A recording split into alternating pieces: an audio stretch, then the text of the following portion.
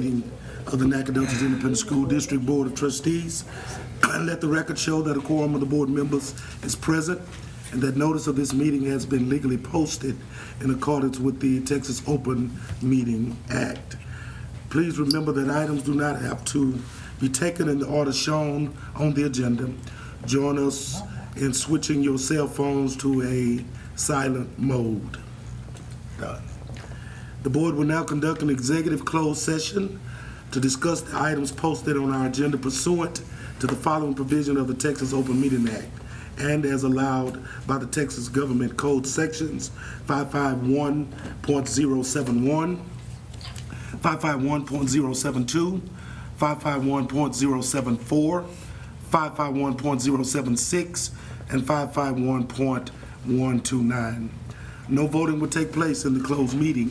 Any action the board wishes to take as a result of discussions in closed session will take place after the board reconvenes in open session. It is now 11:17. Thank you. Yes. The board is now reconvening into open session and the time is 1:12 p.m. We will now have our invocation by and I'll ask Mr. James Montoya to do the invocation. Let us pray. God, as I know you, we start a new school year with new board members, superintendent, teachers, administrators, and staff. God, we ask you to give the board and the superintendent the wisdom and the knowledge to do what is right for the children of our district so that they may have the opportunity to have a successful school year. God, we know with what is going on in our country, in the midst of it being divided with the anger and hate, that let our board and community become united and not divided. And may we accomplish our goals so that each child may have the quality education they deserve and become productive citizens of our community. In God's name we pray. Amen. Amen. Amen. Thank you. I'll call on Mr. Montoya again for the pledge to the flags. I pledge allegiance to the flag of the United States of America and to the republic for which it stands, one nation, under God, indivisible, with liberty and justice for all. Under the Texas flag, I pledge allegiance to thee, Texas, one state under God, one and indivisible.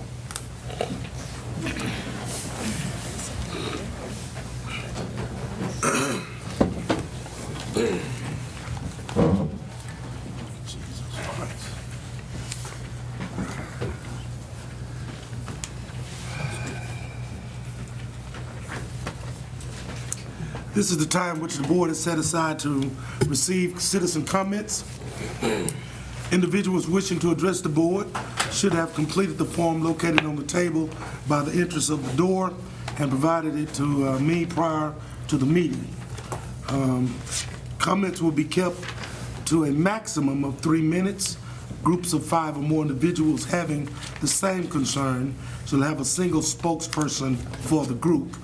The board reminds speakers that this open forum is not the time or place to bring the board complaints about a particular program or a particular employee.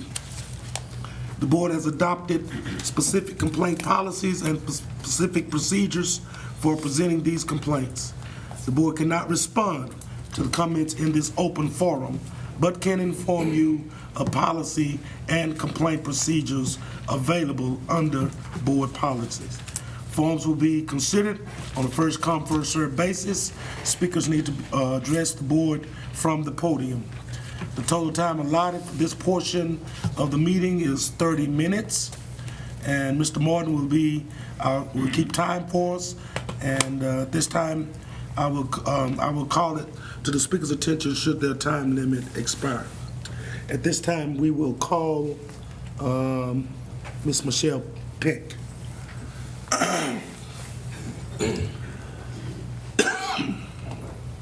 Good afternoon, Reverend Irwin, Ms. Dowdy, and the board. I appreciate the opportunity to speak today, but the decision to move this meeting to the middle of the day restricts community engagement. I'm an hourly employee. I get paid by the hour, and it's a hardship for me to take off work with such short notice. But as a parent, I want to learn about what's happening in our public schools. Many discussions are taking place in back rooms instead of an open session, and we have limited and inconsistent video access to meetings.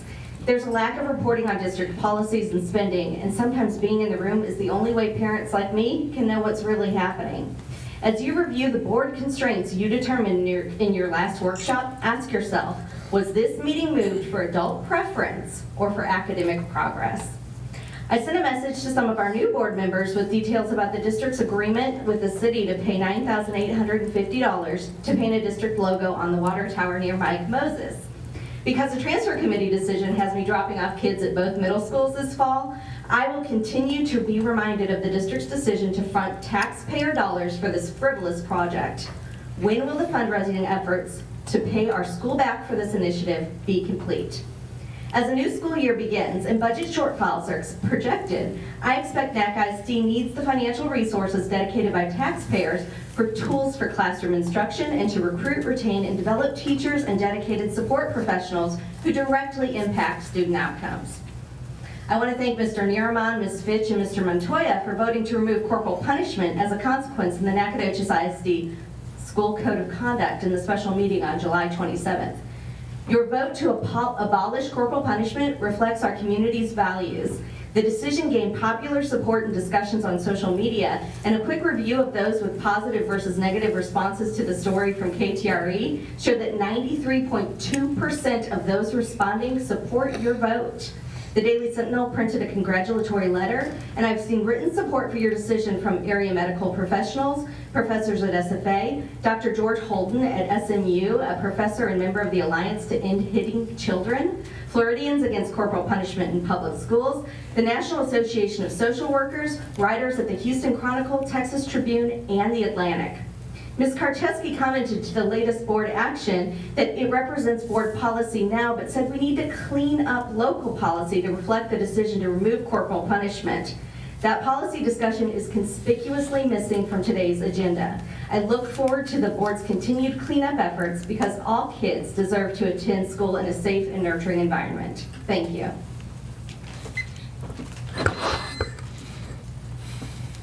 We call now Ms. Heather Olson Bale.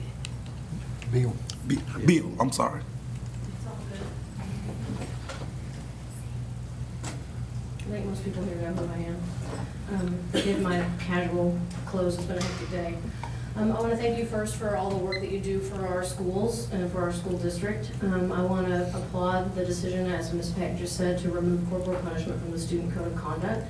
I don't think I am an educational researcher, and I don't think that you will be able to find any research that would back up its continued use. I want in general to urge the school district administrators and staff and the school board to use research and data to make data-driven decisions.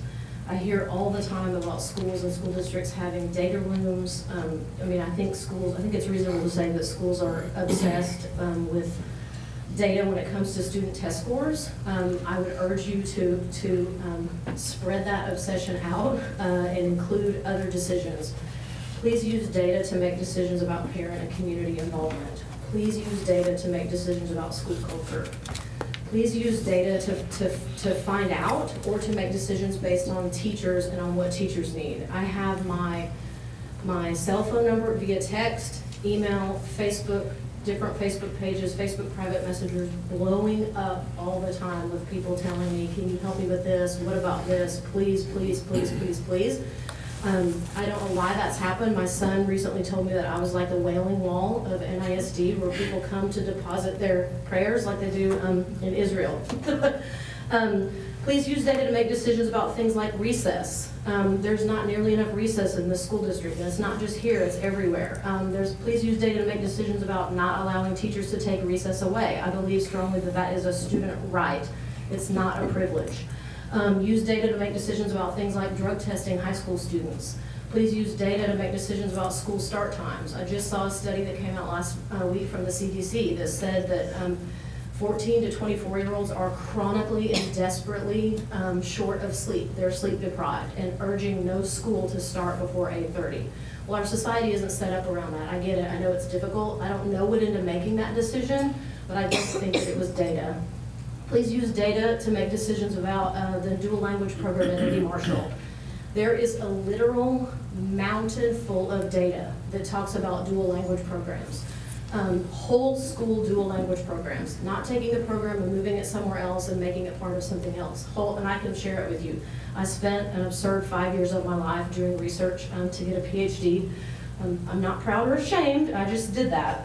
So that's one of the few things that I know a lot about. Please use data to make decisions about second language education in general. Please do not rely on what we used to do. It doesn't matter what we did back in the day. It doesn't matter if our parents swatted us. It doesn't matter if we didn't used to learn Spanish. Those are not good rationales to make decisions about what we do in the school district. And I'm very tired and exhausted with hearing, if it was good enough for me, it's good enough for today, because today is a different day. And once you've made those decisions, please explain them to the public so that we know. Thank you. Yes, ma'am. Thank you. Ms. Cogburn.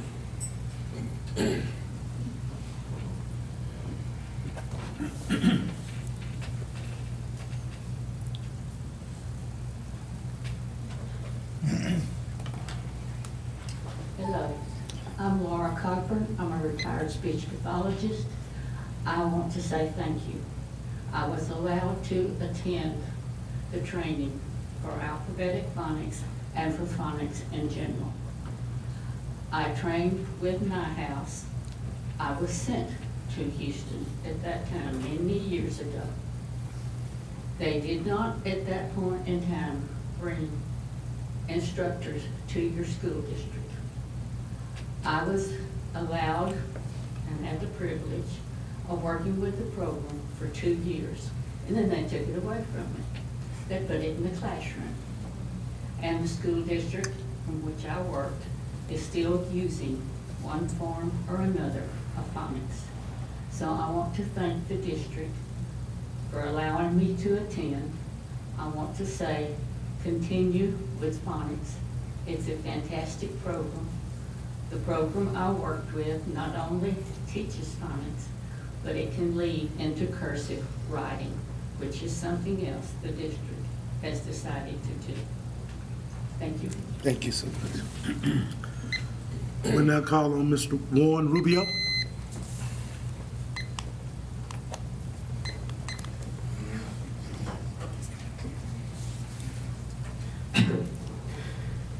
Good evening, President Urban, board members, Superintendent Dowdy. My name is Juan Rubio, and I'm a junior at NHS. Like others, I could not help but notice a shift in the overall atmosphere at NHS last year. Beginning with administrative changes and exposed by an excess of experienced teachers, this sudden difficult change in our learning environment is proving troublesome. In the classroom, teachers face micromanaging and excessive paperwork in order to meet new standards. In terms of their workplace, teachers were presented with what has been described as a toxic environment due to a lack of trust between educators and administrators. Teachers cannot perform their duties if the stressful environment and hostile administrators prevent them from doing so. As teachers begin to feel that their environment is unproductive, they leave. This has led to 26 teachers leaving high school, creating a turnover rate of 33%. As these teachers leave, many students are both personally and academically affected by the loss of experience. To provide an example, I am an active member of our school's Model United Nations program. MUN was sponsored by the brilliant history teacher, Mrs. Marla Christian. Mrs. Christian had 17 years of experience at NHS where she taught world history. Despite the extreme amount of work this entails, even with the added stress of recent changes, Mrs. Christian was consistently able to help her students succeed. Although a very different program, MUN was much the same. MUN is an annual competition where our school is known for frequently sweeping the awards.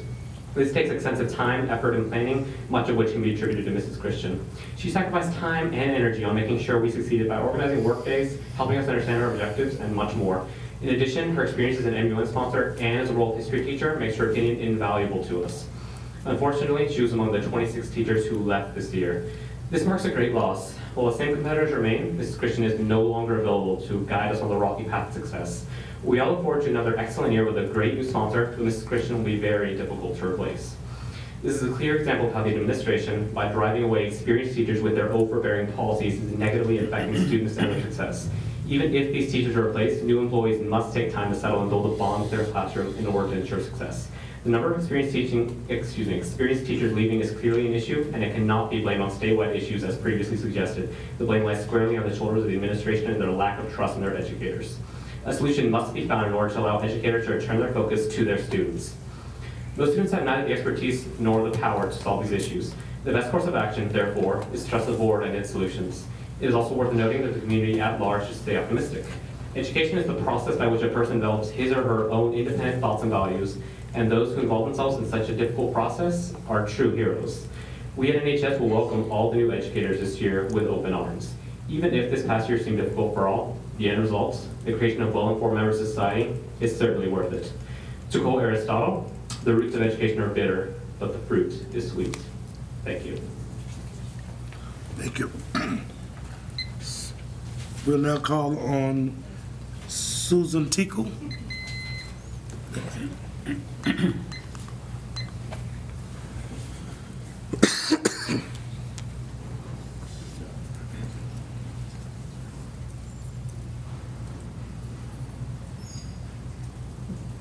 Good afternoon, President Urban, board members, and Superintendent Dowdy.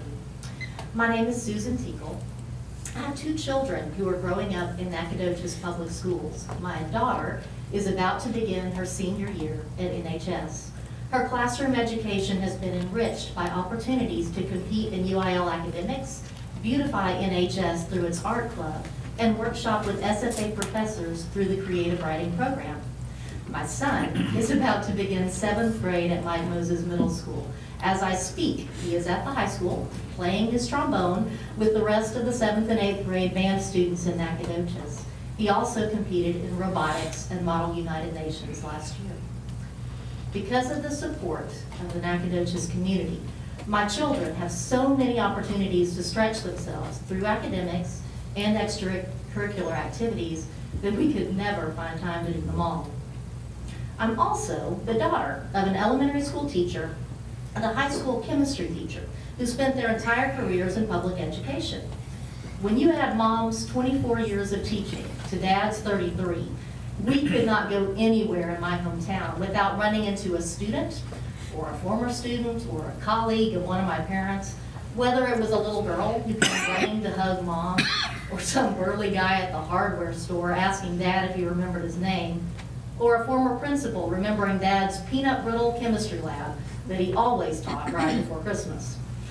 As teachers in the community, my parents were welcomed. My parents' input was considered. My parents were respected. The support my parents received from their community enabled them to enrich that community, one classroom at a time, year after year after year. I cannot imagine anyone saying to either of my parents as teachers, "You are replaceable." I could never have imagined a whole campus of teachers being told, "You are replaceable," until last year. Over 40 teachers in that room made the painful decision to be replaceable. And that's over. It's done. It's a new school year. It's time to move on. Except that we need to learn something from last year. When these replacement teachers come to their first faculty meeting full of excitement for a new school year, let's welcome them. Let's consider their input. Let's respect them. Because if we don't, if the takeaway for these replacement teachers is also, "You are replaceable," we will lose even more teachers next year. Thank you for your time.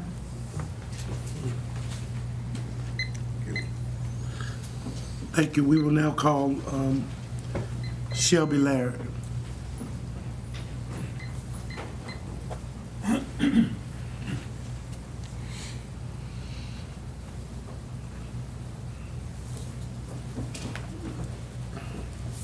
Okay, good afternoon. Hi. This is my first time ever speaking to a school board, so I'm super excited about it. I'm coming to you as a citizen now, but a former parent of a student in NAC ISD. She's currently in the charter school. I anticipate in 2 years she'll be back at the middle school. So we had a great time in NAC ISD. I wanted to thank you for your previous vote to end corporal punishment in Mac ISD, but a few other speakers have talked about that. So I kind of wanted to tell you a little story quickly and ask you to take the ending of corporal punishment a little bit further when you talk about discipline in Mac ISD. So my daughter, I'm going to make up a name for her friend. We're going to call him Bob. So my daughter had a wonderful friend, Bob, for the last 2 years at her school that she was at Mac ISD. And on a field trip, she and Bob got in trouble messing with something. So as you can imagine, my daughter is a white female, and my friend Bob is an African-American male. And so what happened was the teacher reprimanded my daughter by saying, please stop doing that. And she, according to what my daughter said, she did a very mean yelling at her friend Bob.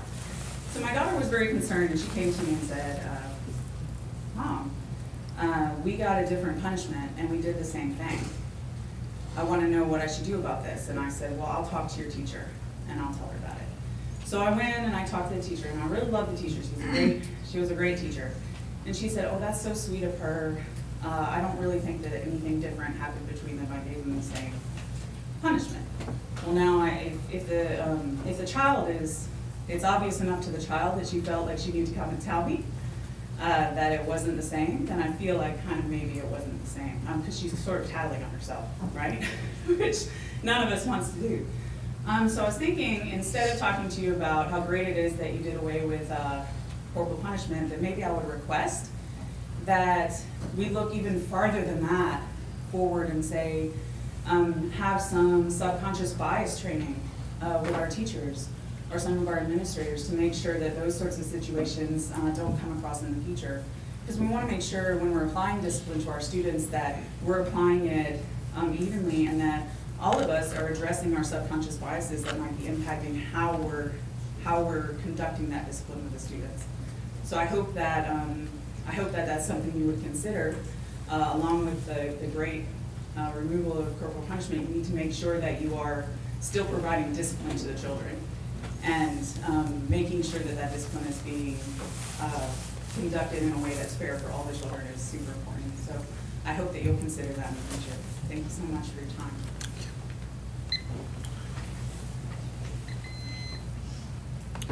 The board now calls Kamisha Brooks.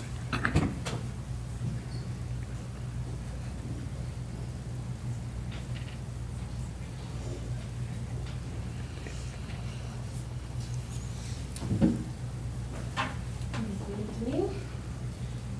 I've never done this before, so excuse me.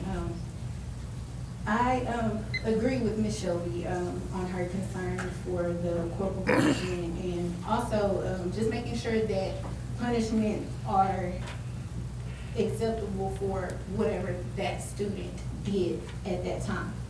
Because we do have students that are in district that are being reprimanded for things and the other students aren't. People going so far as to even, not so far to even suspend them or write them up, but revoking transfers and putting them out of schools as a result of something that they did, even when another student was involved. But I'm here because I have a concern for students and parents of NISD. There are a few policies and procedures in place, and not all parents are aware of their rights. And they're not aware of rights to appeals. They're not aware of rights where they're allowed to serve on the GPC. They're also given a runaround, some of them. I know of several parents that have this concern, have this issue, and have tried to address it and been told a whole lot of things by different people in the district. And I feel as though that NISD is supposed to show a good faith effort, and they should also respond to concerns that parents have in a timely manner. We have a policy with NISD that states here that parents are entitled to appeals, this one in particular being with retentions. However, not all parents are given that option, and not all parents are given the option to even serve on the GPC. And it states it also in the NISD policy. I feel as though if a student shows proficiency in summer school and shows proficiency by passing state required tests, then that student has also shown that they are capable of accelerating in the next grade. And the decision cannot be made that they can't if no one has ever even decided to tutor such students. And if that was the case, I mean, I don't understand why any teacher would deny a student tutoring, but that is what we're faced with in an ISD. We also are supposed to be having a goal to eliminate the practice of retaining students. However, I don't understand how that can be done if students are not able to attend tutoring and students and parents are not able to participate and be involved in the child's educational success. With that being said, I'm asking that the district take a look at these policies and take a further look into some of the things that are going on with some of the schools and some of the teachers, some of the children that are not passing, and look at why and how they have big grade gaps, the 10+ points. Thank you. Thank you. The board now calls Mindy Winslow.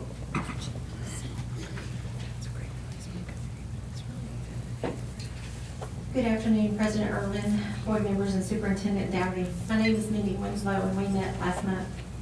I returned today to reiterate my growing concern for our school district. As I only have 3 minutes and several concerns, I may have to visit you several more times, or at least until I feel like you've heard me. Dr. Adrian Farnham, a professor of psychology from the University College in London, has made these statements about conversations. There is a direct connection between one who speaks and one's being spoken to. If the one spoken to do not make eye contact with the one speaking, there's absolutely no communication going on. Eye contact between speaker and listeners indicates that the listener is focused and paying attention. It means that the listener is actually listening to what is being said. So please listen to what I and others have to say. NISD was created by an election on June 10, 1903. Prior to this election, the only education available to children in Nacogdoches was provided by tutors, private schools, and the Nacogdoches University. The Nacogdoches University was chartered by the Congress of the Republic of Texas on February 3, 1845, giving Nacogdoches the distinction of being the cradle of public education in Texas. We have a strong history of relevance with regard to public education. In 1903, the citizens of Nacogdoches decided that providing education to our young people was important. I believe that we have to take very seriously the reason we are all here. As the Board of Trustees, you are here to provide governance and oversight to the operations of this district. You have been elected by the people to serve in this capacity, so please do not lose sight of what is expected of you. And hopefully you are not in this position for any personal or selfish agendas. However, when you move the regular scheduled meeting time for the monthly meetings to a time that makes it difficult for the community to attend, it makes me wonder what you don't want the public to know. In your policy, under the educational philosophy section, you state your beliefs as follows. Our core purpose is teaching and learning. Every employee of the district plays a vital role in the educational process. All students deserve to be taught in a safe and secure environment. The participation of parents and the community is necessary for the district to succeed at its mission. High expectations for everyone, students and staff, are critical to an engaged, energized, and ultimately successful district.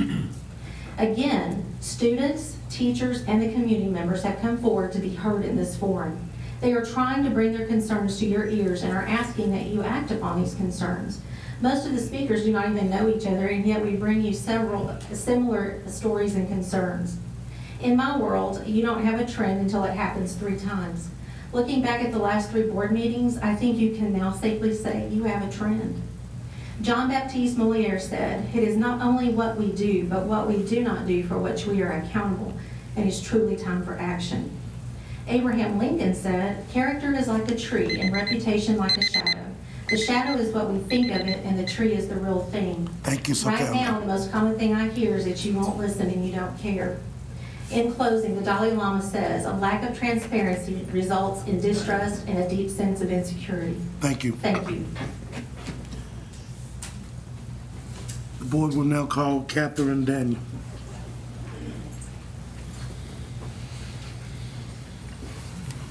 Oh, I hope I can get through this. asthma week.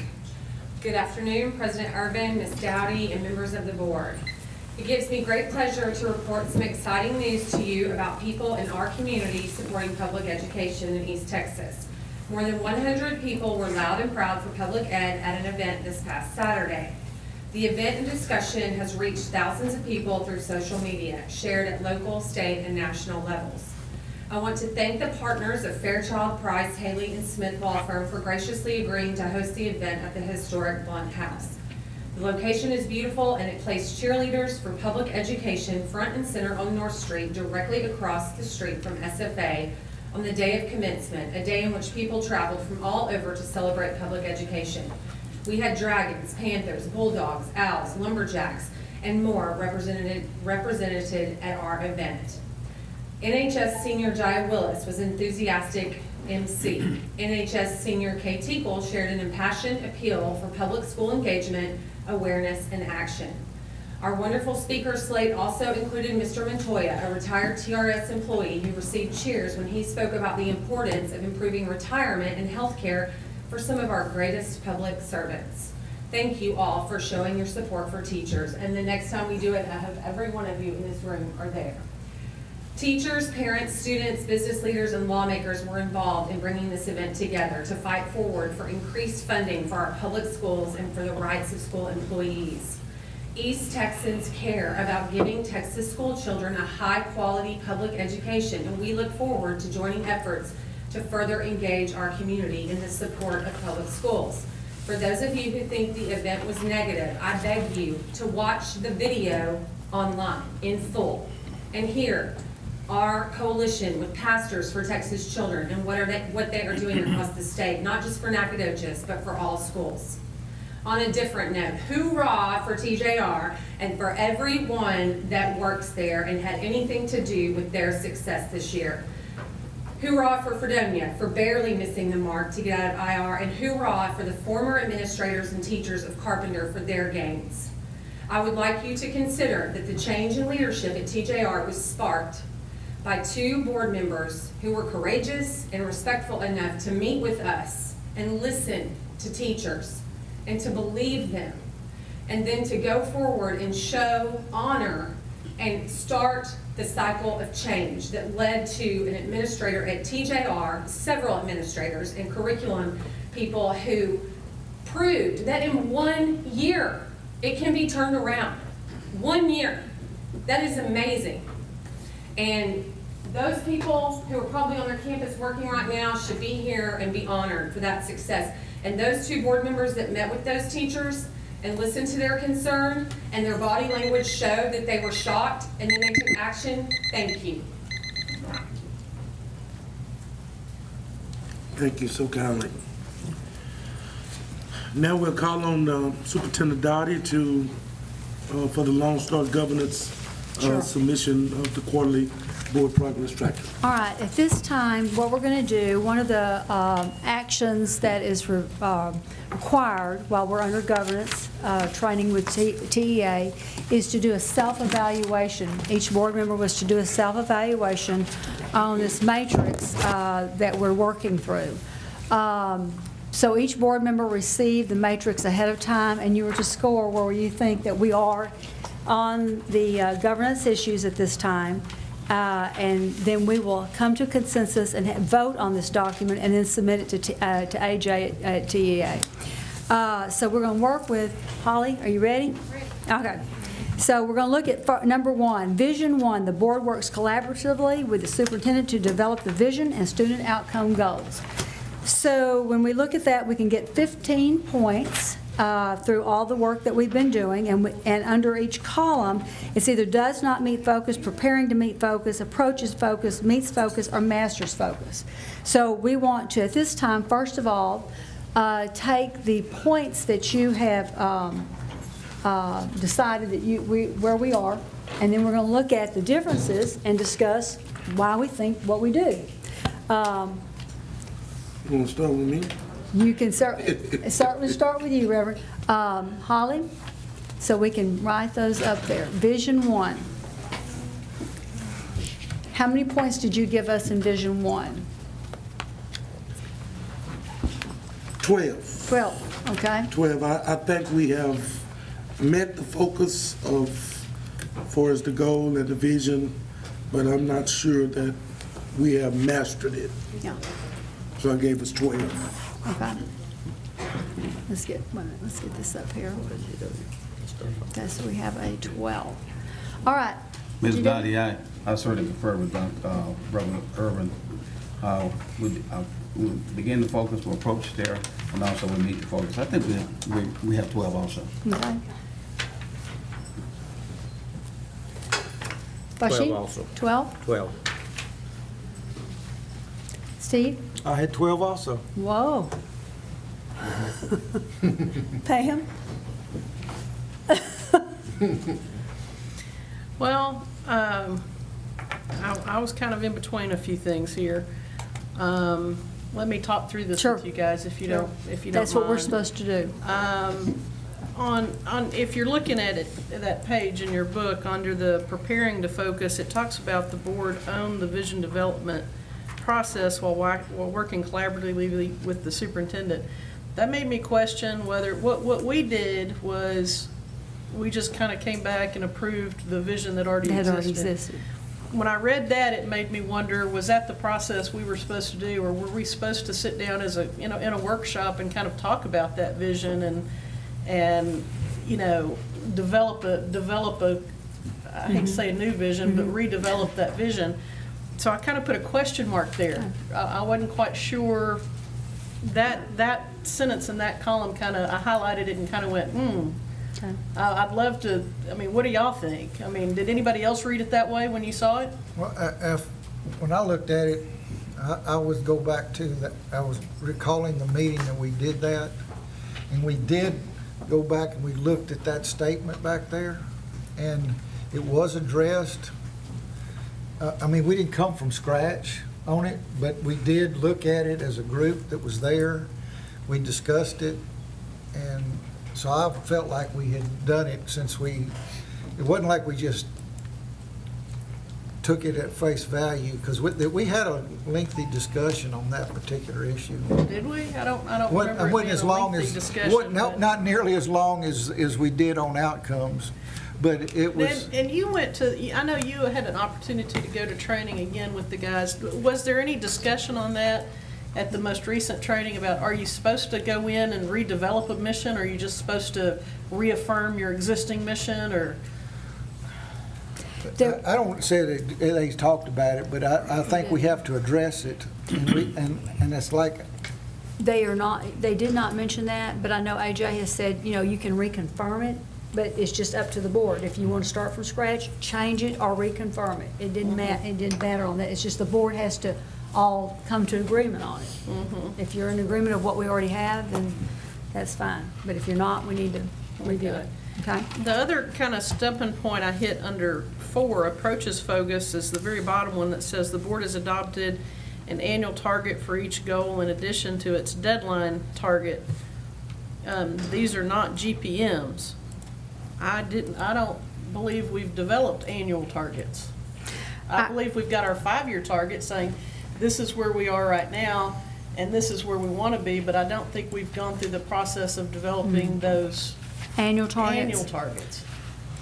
Am I incorrect in that, or am I missing No, we haven't written any. We've discussed where we need to be next year and to be able to say we're out of IR or the governance issues and so forth, but nothing's been written down. So we haven't achieved that one yet. I don't think so. Would that fall under spring 2016, we want to increase by 9%, spring That's what I looked at. 2017? Is that what you looked at as it? Wouldn't that be increased by 13% in that annual targets that we're working on? But he's saying these aren't the GPMs. And the GPMs are under. The GPMs are under I that. thought that those were the I thought the GPMs. And then I got confused because I know we're in the process of changing them. And so then I thought, well, I don't know that we've satisfied that requirement, because I know that that's one of the ones that Ms. Dowdy is bringing back to us, saying that she's not real comfortable with the GPMs. with the GPM targets and stuff and where we're at. So I kind of put a question mark on that one. May I borrow that a second?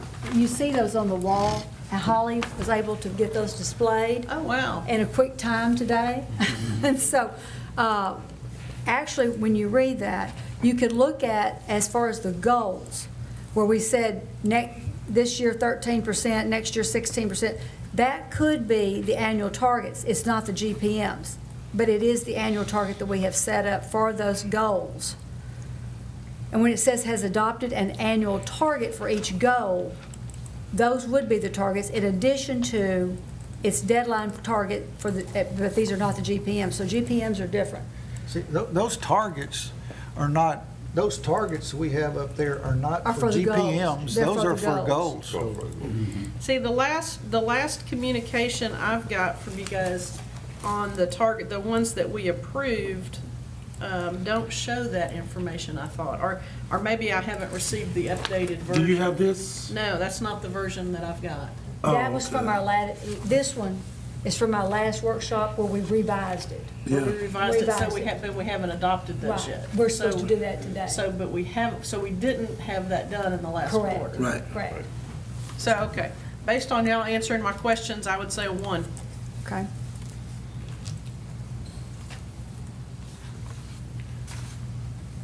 I guess it's my turn. Yes, James.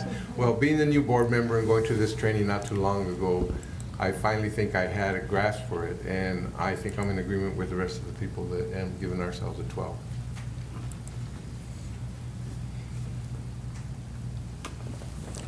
I gave us a 12, and my recollection of Mr. Craybill's, part of his spiel was he expected the 3 to 5 year timeframe, but that he would, it's perfectly fine for us to adopt, to review that annually, which is what I think whether it's written or not, I don't remember him making a big deal out of it. Another thing I would say is, all this stuff that's been in print from day one with him a year or so ago, he said it's kind of a moving target, work in progress, and we've seen some new revisions.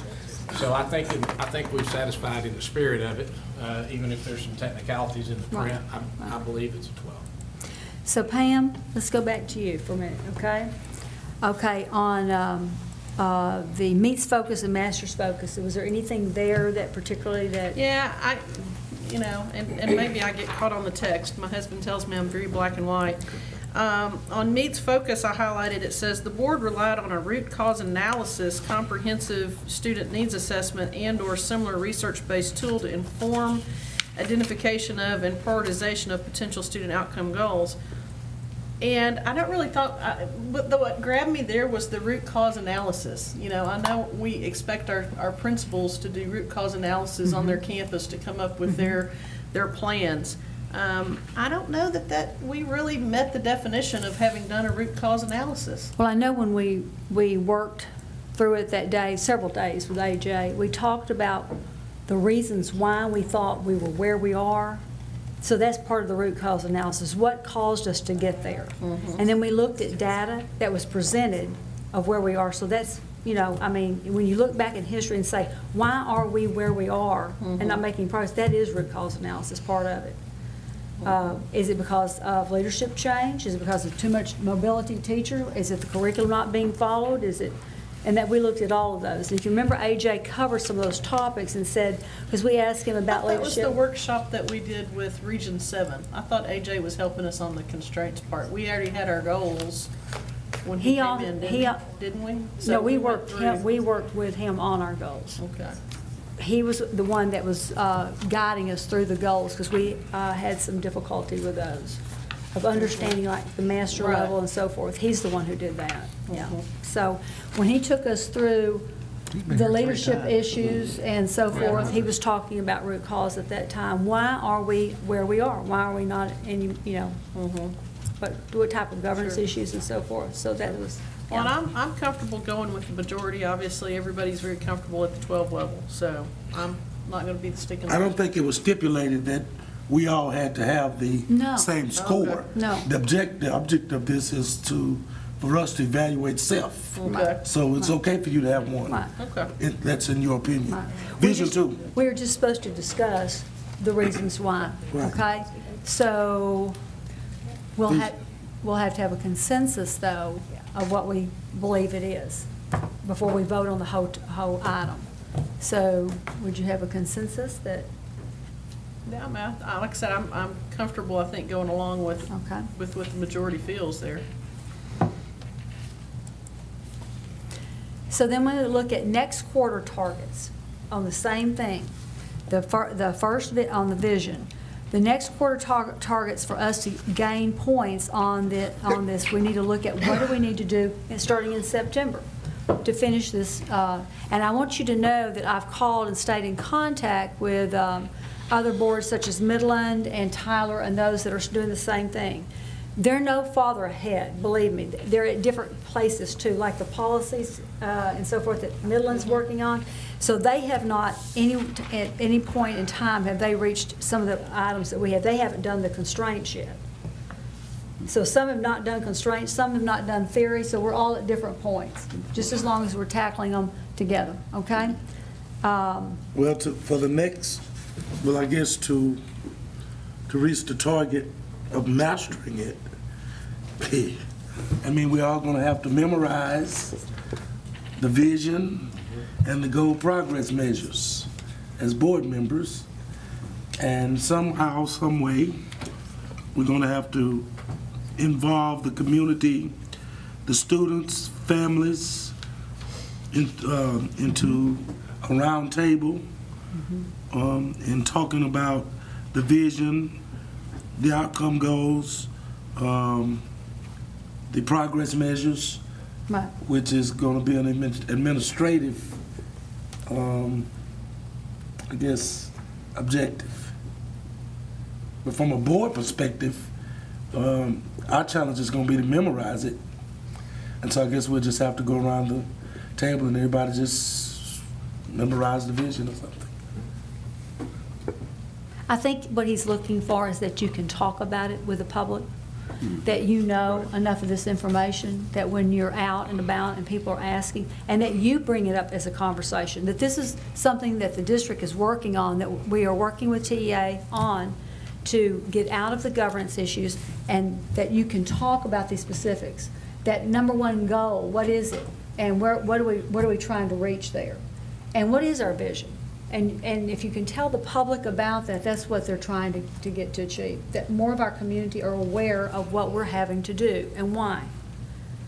And so at the same time, where we are involving the students and families and teachers, that I am to take that kind of information. We're supposed to be taking this plan, starting this year after we developed it. We haven't even finished developing everything.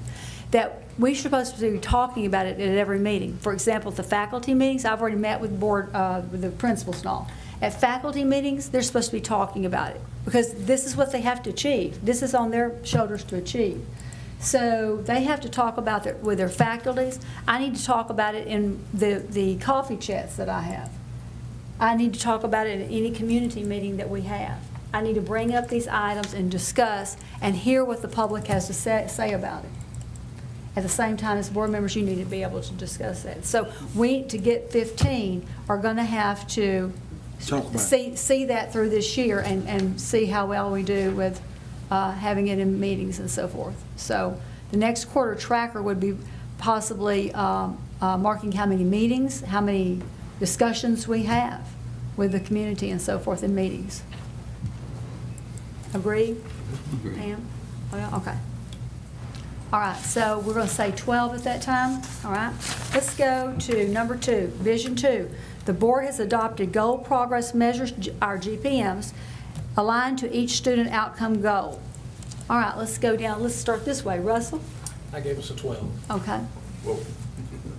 12. We got 12 points the first quarter, Yes. so we need to see if we've made any progress from the 12. No. No. Okay, so let's take those No, down. it's Just put those zero. down. So he says 12. Okay? I gave us a 0. Okay? That's still 12, not 0. Yeah, it's still 12. Oh, okay. That's what I'm meaning. Okay, all Okay. right. Okay. So they're looking at it. 0. Yeah, 0 is still a 12, right? Yeah. Okay, Pam? I would give us a 1, and that was based on, and I don't quite know how to do this, I know we didn't do this process as a board last time, but under approaches focus, it says the board has adopted an annual target for each GPM in addition to its deadline target.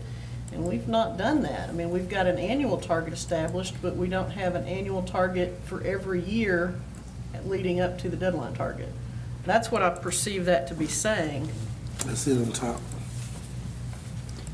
That's not, but you just said a while ago that those weren't the GPMs. You can't have it both what, they're either for the GPMs or not for the GPMs. What we have is that we have the goals, and the goals for each annual year that the gains we're supposed to make. Right. Okay? And then it says you Then have we- your annual target for each GPM. So for each year, you should have an annual target for your GPM, for each GPM. For each GPM, we've got to go back and look at, so if we're going to achieve 80% proficiency, like on GPM 1, for reading and math to increase from 9 to 27, what's in between that we've got to do each year? So, Ms. Dowdy, that is where the curriculum-based assessments we've created Right. to track, and Region 7 created that database for Right. us. So it'll happen probably like, the tests sort of fall at different times, but October, January, February, then March. So we're going to have those targets, and the goal, the reason for that is so that the school board and the campuses can look at that ongoing data and not have it so spread out. Right. But the board hasn't adopted that yet. And this says the board, to have reached approached focus, So we you need to would bring have the had it assessment and calendar. awarded it, So- and the board would have approved it. So today, when we have the progress calendar, we have our assessment calendar, that would be within that. I don't perceive it that way, but I could be misinterpreting. That's a different. 'Cause I don't know how we're That's a gonna break it different down. instrument. That's the calendar. To me, I almost feel like I'm thinking you're it's gonna the have that same assessment thing calendar. under each GPM. You're gonna have that chart that shows what you're gonna meet annually, what your annual goal is every year for each GPM. That's the way I perceive what that statement says. So that for GPM 1.1, what will we have at the end of this year on that particular one? And then to what get we to have at the end 27? of the next year and the next year, till you reach your Right, goal. right. Let's go back and look at that. That's Okay. what, I remember you telling me that the goals always stay the same, but the GPMs are revised year to That's right. year to help you That's meet right. the goals. We don't change the goals for 3 years. It's the GPMs That that change. have to change. Right. So say we blew one of them out of the water, we would have to change the target Right. based on the current year Right. data Right. to increase that. And after relooking at this now, since you brought it up, the key word there is adopted. We don't develop, the board does not develop GPMs. We adopt what the teachers and the administration puts in. And so you're probably looking at that, it probably is correct that, So it's not a 12, it'll be a 1. Yeah. So you're not saying 1 over 12, but we may have overstated 12 ourselves last. 12 minus 11. No, I think it's like Steve said, we may have overstated last Yeah. time. Okay. And let me throw a little wrench in this. I went to the superintendent's meeting yesterday, and will attend the next 3 meetings, because in the midst of all of this, the accountability system is completely changing again for next year. So it's like another moving target. They don't know, it's like playing a game without knowing the rules yet. So at the end of this year, we're going to be judged on an accountability system that we don't know the rules about yet. And so they're changing, like, instead of 4 domains, they're going now to 3, and then they're also we don't know the cuts and the scores. And so when Sammy and I go to these meetings, we're going to be going to give our version of what we believe. That's all supposed to be taken back to the commissioner by January. And in the springtime, we're supposed to receive the information on what the cuts now for the scores are. How that's going to reflect on this, I don't know. And so it's changing. So when he said it won't change, it may be forced to change because of the accountability ratings. I don't know what that looks like. Okay? All right, so we think we've overstepped on this one and might possibly not have a 12. We need to keep going, because Okay. that was just Okay. my All right. 2 cents. So, What does anybody? Reverend say? Well, I had, as with Russell, them 12, because I'm basing that on that our GPMs and our student, the output and the goals are in place and they are smart. So that's why, I'm sticking with the 12, even though we didn't adopt them. We do have goal progress measures in place They are smart, and, you know, we have everything like that in place. And we adopted the first round, but we came back and revised them, which is what I'm going to ask you to adopt today, because we met as a group to revise those. And can I get a copy of that? Because I wasn't Absolutely. here for that. So it's amazing. Okay. And of course, to mastery, we have to have students, families, and teachers, community members were involved in the GPM development process in such a way that there are broad community acceptance. Again, we've got to go out to the community and somehow talk about these. So, okay, so what do we, Steve? No, it's hard, I'll tell you what's hard for me is,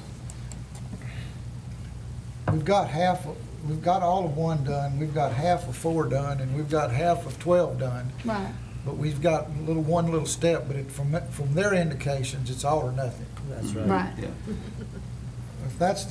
If it's all or nothing, I would say then I would go back to Vision 2 as having just one Okay. point, but keeping in mind that I wished I could give us a 4.7, but it doesn't work that way. It's because we haven't done this other yet.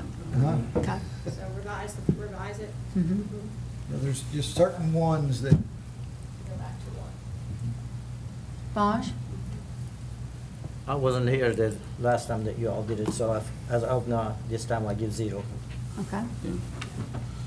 And mine was a 0 also, but since he's saying it where you said it had been adopted once, I was thinking not being adopted from our summer training, so I can give it a 1. Okay. So what's the consensus there? Are we at a 1 or 0? I'd we're go not with at the a 1. Because we're not at a 12. No. 1. Okay? One. So we've got to fill it, okay. So the next quarter target would be, we've got to go back and look at what we haven't done in number 1, and that is where we were talking about the, Annual targets. the annual targets, yeah. Well, it sounds like they have to come up, y'all have to We come have to up come with up some and bring that targets for to you. GPMs, Right. yearly targets, but we have to adopt them. Right.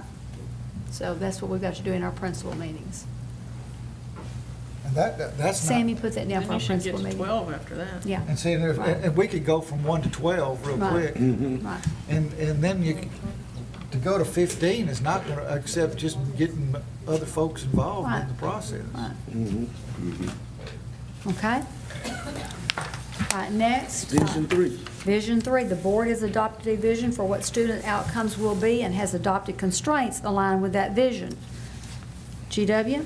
Yes, I'll give us a 0. We have not adopted constraints yet. I know they're on the agenda for today. And so just at 1 for me, I'll just give it a 0. And next time we do this again, Right. we have accomplished a lot of these. Same. Same. Same. Same for me. All right, I think we've got a consensus there. Okay? So we've got those on that we worked on last time to adopt today. And those are already put on the wall too. But we don't have any GPMs. If I remember right, looking through it, the constraints that we have. The we don't- constraints, we do not have any GPMs even talked about yet for constraints. That's one of our next meetings, that we have to come up with the GPMs for the constraints. Okay. Okay? All right. Vision 4, the board has adopted constraint progress measures or CPMs aligned to each constraint. 0. 0. We have not come to that yet. Okay. So, of course, that's going to be in the next quarter, is to finish that. All right? Then we come to accountability 1. Now, we're getting into areas that we haven't even approached yet. This is a year-long process. Okay, the board invests at least half of its time focusing on its vision and student outcome goals. 0. 0. 0. 0. We're not there yet. Okay. We're working on it. We're going to get there. Half of the time. Half of the time. And, you know, AJ's very specific about that and like right now, Holly's taking our agendas and the time we spend on each one of those agenda items that has to do with governance or student outcomes to give us those points, to find out the minutes that we use. Okay? Accountability 2, the board measures and communicates but does not interfere in progress toward the vision and student outcome goals. Russell? I think it's 0 again. I didn't. Zero. I felt like we still need lots of improvement. Okay. Okay. Zero. Okay. Zero. So we will look at what we need to do next quarter, if we can, in any of these, at that time to get some points on that. And that's what I work with Holly on each of the workshops that we'll be asking y'all to come to. Next one is the board delegates to the superintendent operational authority to accomplish the vision and student outcome goals. G-Dub? Accountability. Structure. Structure. I've done a 4. Okay? I think the beginning focus, and I think the approaches, I think it needs to guide goal setting, goal monitoring, constraint setting, constraint monitoring, and so I'll give it a 4. Okay. Same. Boss, you said the same? Yes, ma'am. Okay. Steve? Well, I think we're doing what 4 is, but if I go back to 1, we've got some issues with 1. Okay. We're not tracking our time. And I Well, think that's well, the problem with a lot of this. If Yeah. you really want to put what Pam says black and white, or the lawyer read to it, then we agree with the structure and the absolute main statement, but when you get into the fine print, Yes. you don't get very far because we don't have enough information and to think we would meet all the little details under each bubble. Right. And that makes it difficult to do anything but say 0. Well, I could see where we could go to 4 real quick, Yes? but right now, if you look at 1, if you look at. Huh? I am She tracking is that. tracking that. I understand, but if you look Every at, meeting, I track when every item stops and starts and assign it a category. I understand, but Says the board tracks. we only have goal setting, goal So she's monitoring. tracking all those We areas. haven't, until we develop constraint and constraint GPMs, we can't do the bottom half of number 1, because we don't have them yet. And so, when I look under 1, it says constraint settings, constraint monitoring. Well, we can't monitor what we haven't set yet. We do have constraints. And I'd go back and point out, it says the board tracks, which means we should be doing a self-assessment on the amount of time we spend, not just relying on staff to track. Not relying on Holly, but also you looking at it yourselves, okay? So we go back, and so what would you say? 0. 0. I give it a 1, but I guess I'll go with a 0. Okay. I'm okay with 0. Advocacy, the board promotes the vision. The board promotes the vision. Russell, what do you think? I like the statement. I believe in it and think that it's in our hearts and that's what we want to do. But when you get into details, there's just a lot there that's left to be desired and trying to We're figure not out there yet. how it's Yeah. tracked. Next, I'll give ourselves a 4. Okay. Pam? I said a 0. Okay. A 0 and a 4. 0. We on advocacy or structure? Advocacy. There's no 4. You can only give us, In between. I gave us a 3. I think we do discuss it, and we've spent a lot of time on Carpenter and TJR and Fredonia in our board meetings. Even though we I might. perceive this, though, to be more that we're involving and having community meetings. It says community engagement activities, community meetings to discuss, and we really haven't done that at all. And again, if you look at these categories, like under number 1, it's written in the details as if this has been around for several years, because Right. you're having annual meetings and updates, And and this we're is a not brand-new even- program. So again, it's hard to make it all mesh together with the main statement we all agree with versus the details, if it's truly an all or nothing from Mr. Crayville's point of view. And like I said, in talking to other boards and AJ, where we were trying to be the lead school district on getting it finished, this is something you can't finish that fast. This is a long-range, 1 to 2 year term. You've got to get through it slowly, because it's impossible to achieve everything so quickly. Go ahead, Steve, did you give yours, Irvin? Did you give- Zero. I gave it a 1. Okay. I Bosh? because I gave 3. Okay, I give it 3. okay, so we've got 0, 0, With Craybill, I think things are such a moving target, and he's emphasized many times that there's no absolute expectation of who's going to be in what position at what time in any given district. And so, I mean, I'm okay with a consensus of some points, because I think we're in the spirit of what it is. Of what it is. But that means we are not necessarily following each little specific letter of detail That's right. underneath. And so I would go with a few points on that, with that statement. so would you have a consensus of 2? I can go with that. When have we, help me with that, help me wrap my head around that, Russell, because it says like, the board has arranged for member-led community engagement activities during the previous 12-month period, beyond public comments during regularly board-scheduled meetings or statutory required hearings. So what have we done? I agree, that's the detail I'm talking about. I mean, Okay. I'm not saying that we Right. have Fulfilled all of it. obligated that to the fine letter of the print underneath it. I'm saying that I believe we are attempting to promote the vision in its early infancy stages and move forward with it. But I also Okay. read this document like in the Let me ask the second question a column. different way then. You know? How have we promoted the vision? I think we as a board have had the workshops and the meetings and sat down and put all this together and are trying to keep it on a track like we've done. Yeah. And according to Superintendent Dowdy, perhaps we are moving ahead some of the others, and so I think we are trying to promote that. But if you want to talk about these things under here that's been scheduled during the previous 12-month period, I would have to say, well, obviously, we can't satisfy that. Right, I'm just necessarily. trying to wrap my head around, Yeah. trying to catch the spirit. I don't Yeah. know that we've, to me, I read this and think this is the spirit of this one, is to really reach out and involve the community and have public forums and Okay. outside regular board meetings and really interact and have a two-way communication system.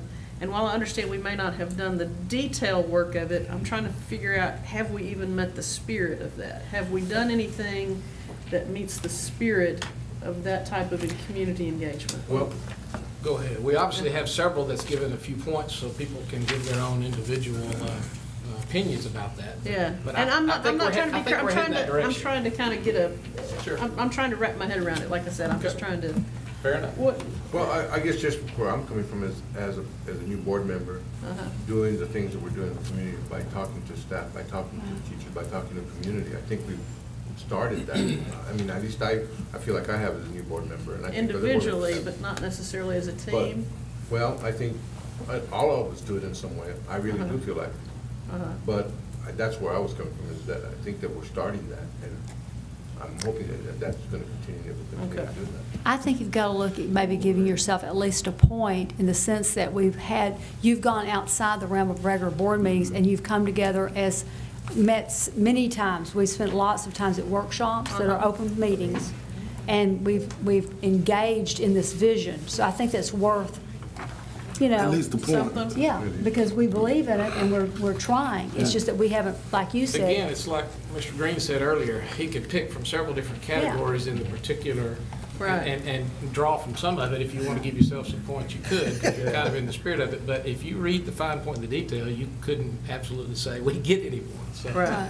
And so we can go one way or the other. It's I think okay. you deserve something for the fact that you've started in this process. Some districts haven't, and I mean, you've had many workshops outside of the regular time to work on this. And you've gone to, Houston and met and done a lot of work outside to start this process of this vision. I think that's worth something. Okay. I'm with it. A 1, that good for everybody? I think after him talking, I think I can go there. I can go with I one. think convention. Coach?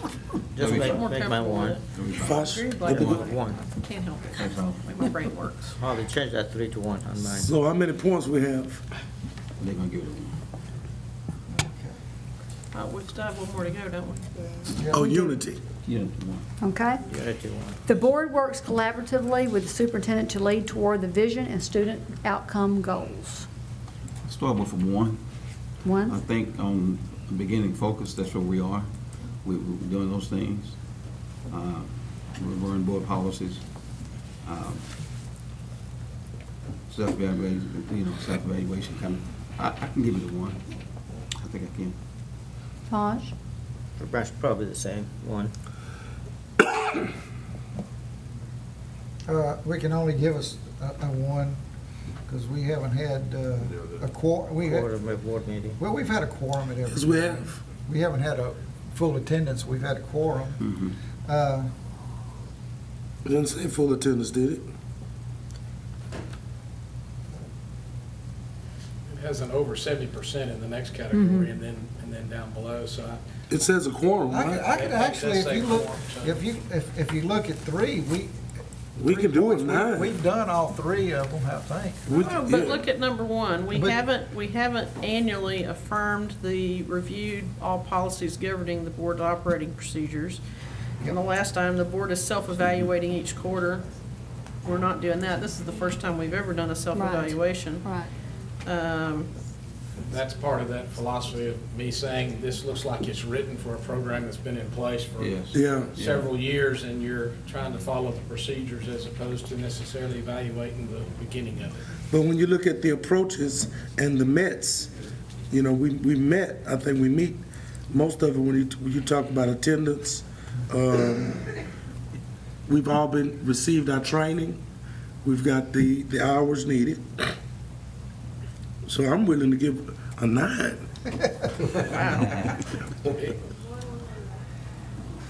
But. I'm at 0. And I'm at a solid 1.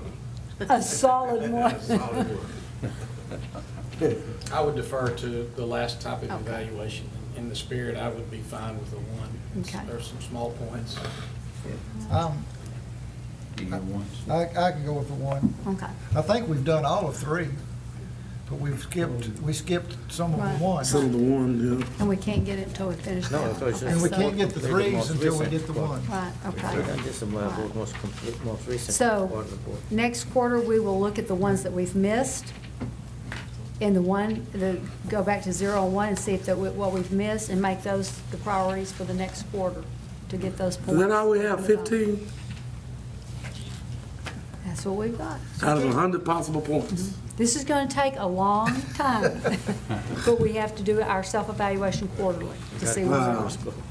And it'll keep us on focus of what we need to do. I also think that if we had a higher score, then we were going to be putting ourselves in a situation where we're not going to be making progress. And this way, we know we have to make Right. progress. If we'd have had a higher score, we wouldn't have our campuses. That's our goal. All right. So we need to vote. Oh, Go ahead. This is has that to- an action item? This has to be voted on, and to be able to send back to TEA. Mr. President, Yes, sir. I move the board approve the board progress tracker to be submitted to TEA. And with the score as submitted. It has been moved by Mr. Neal, second by Mr. Montoya, that this project tracker be submitted to TAA. Are there any questions? All in favor will show by the elevation of the right hand. Any opposed? It is unanimous. The only comment I would have, Superintendent Dowdy, would be when you do submit that to TEA, with maybe the appropriate cover letter, I would put in a sentence or two, a paragraph that says, we believe we are attempting to move toward these. Absolutely. Even given all the details underneath. Something along those lines that, Okay. so that it may not be read so technically from whoever's Right. receiving it on the other end. Okay. That may kind of cover everybody's discussions here. Holly, you got that? Okay. Mr. President, could I ask for a 10-minute recess? Sure. All right, we're going to take about a 10-minute break. Yeah. And we'll be back at 2:35. Thank you. Ms. Anderson, if you will let the record reflect that President Irvin had to excuse himself to leave for some out-of-town business. All right. We will now come to the information items and reports segment of today's meeting, and we will begin with the superintendent's report. Teachers are officially back on campuses today, training and preparing for the new school year. We got to visit many of the board members, and me and the central office got to visit many of the campuses today, and what fun. They are truly pumped this year for school. They were excited on every campus. The fact that the good news about IR being lifted has helped them so much. We had a great summer, and our district, as well as THR, but I want you to know our district came out of IR. That was the hard work of everyone involved. And so it's what they did, okay, on those campuses. We had a fun celebration with TJR in the honor of the campus coming out of IR. They were so happy this morning. We had breakfast for them and had horns and celebrated with a chant and led by Cindy Ivy. And so we had a lot of fun. We are proud of them and look forward to celebrating Carpenter and Fredonia coming out of our next school year, because we believe in them and we know that they will succeed. I have no doubt that they will. I went and visited with some of the students who volunteered at Project SOS earlier this month. They did a great job helping the Greater East Texas Community Activity Project to collect donations for Nacogdoches County students. We are truly grateful for all the group does for our students and the other county district students. Lots of volunteers and lots of resources for our kids. Meet the Teachers begin next week for our campuses. We look forward to seeing students and their families before school starts. Please get out and visit the campuses. School begins Monday. I don't think that's right. It's not August 28th. 25th. It's 28th, isn't it? 28th. Yeah, okay. I just saw this on it begins on August 28th. Nobody come on the 25th, okay? Don't get that up. It's the 28th. This is going to be a great school year. We will continue to work hard for our students and teachers to succeed this school year. We've got lots of good things planned. All right? Thank you, Ms. Dowdy. We'll move to the next item, and I'll turn that over to you as well. All right. Board members, if you'll look at page 26 in your document. I'm going to try to get to mine here. Coach Fosh, I'm sorry, Coach Fosh, I'm going to call you Coach That's Fosh. fine.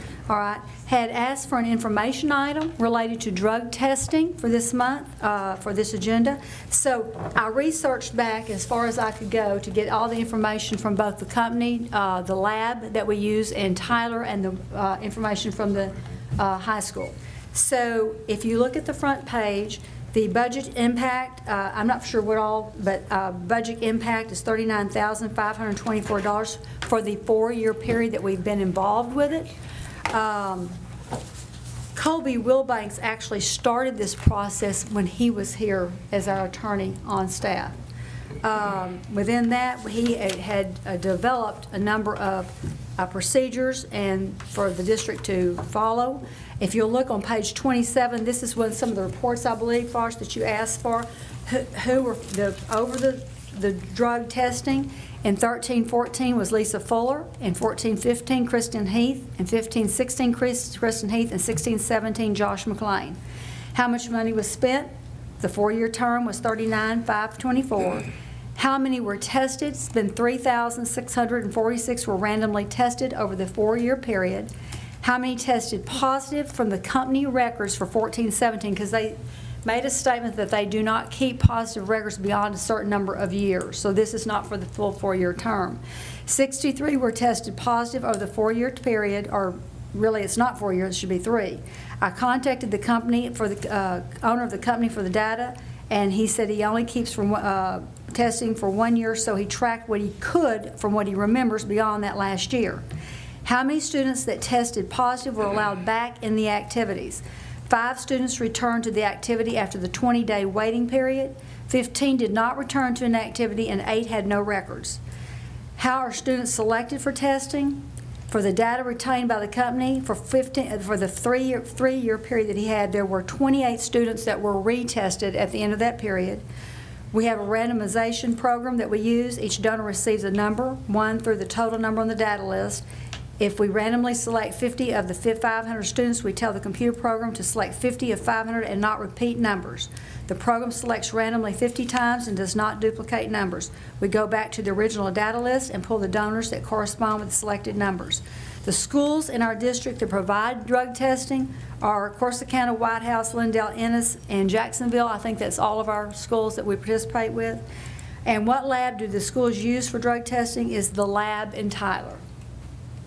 So, and follow that, I included the local policy on drug testing, as well as, if you go to the back on page 34, these are some of the questions and information on drug testing that I believe Colby provided when we first started that can answer some of the questions that you may have specifically to that. And then the last page, 37, was something else that the lab had provided for us as in the way of information. So that was the information that you requested. Ms. Dottie, I was involved in the embryonic stage of the drug testing development. And it is a great deterrent. There's no question about it. But according to those information that you just mentioned, and I have it on my iPad, it says since 2013-14 until the end of our last school year, 2016-17, 3,646 were students were drug tested from Nacogdoches High School for total cost of $39,524.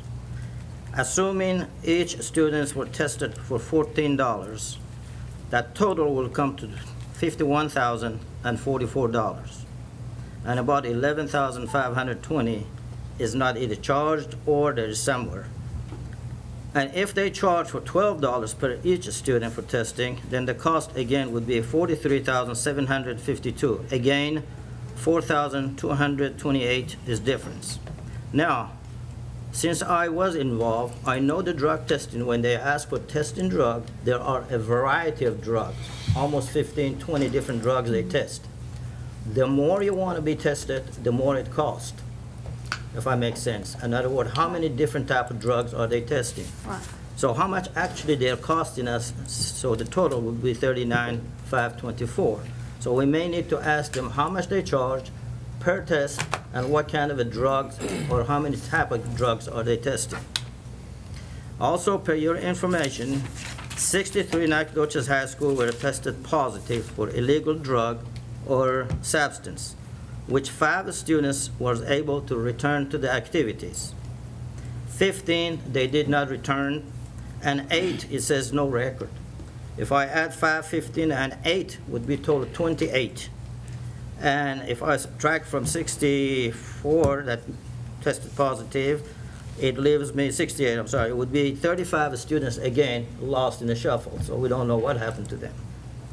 My calculation tells me that Nacogdoches ISD has spent $39,524 of the taxpayers to drug test 5 people who eventually came back to their program. Again, I know at the beginning we said saving 1 life is worth. However, that's such a large amount of money to spend, and 5 people decide to come back.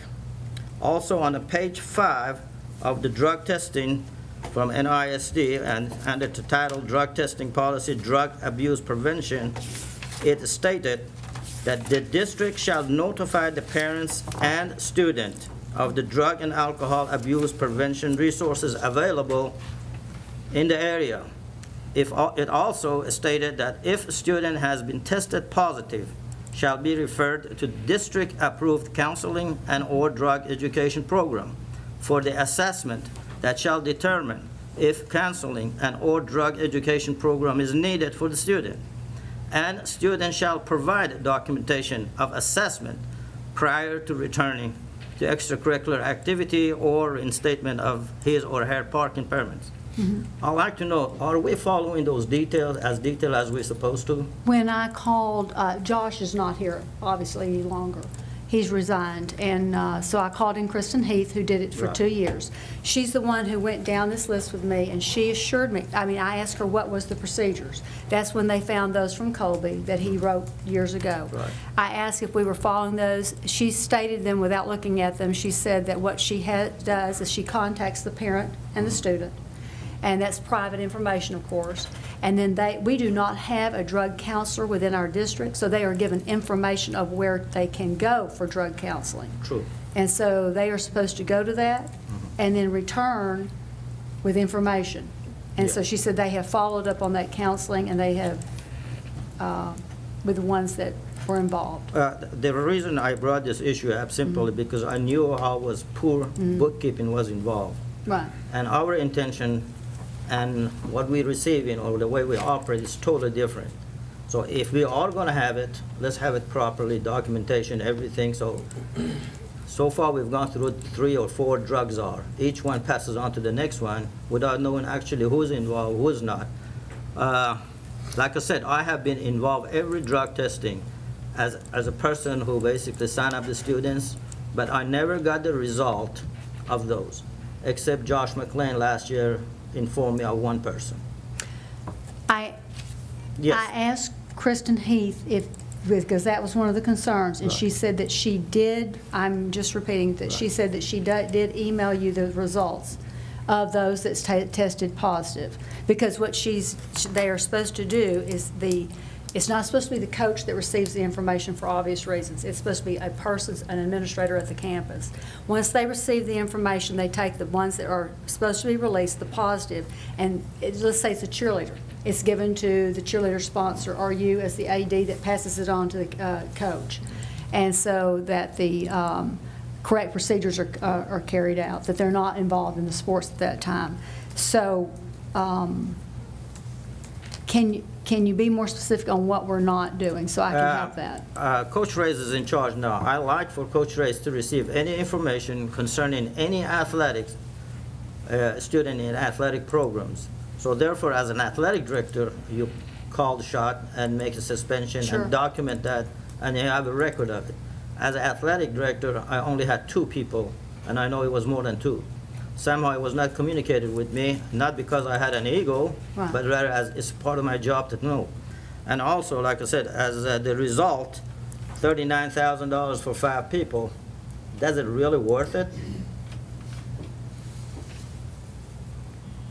And I'm not sure those 5 people, do they do it in the summertime or after they got, I know when they tested positive, they're gonna be tested once again, next drug testing.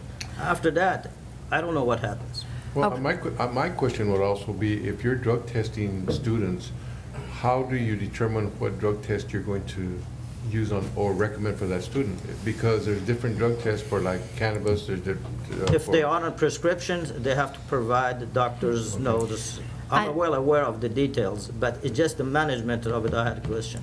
I know that out of the students that were tested positive, they were all marijuana, except for one that was in the first year, was a marijuana and cocaine. I know that in talk, I've referred the question to Bobby Reyes to see what their feeling is on it.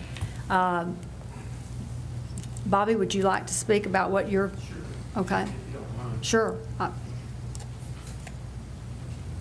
Just while he's approaching Bosch, I don't want to give anybody the impression that there were only 5 kids. I mean, there was a lot tested, and there is some benefit to testing and getting a negative result.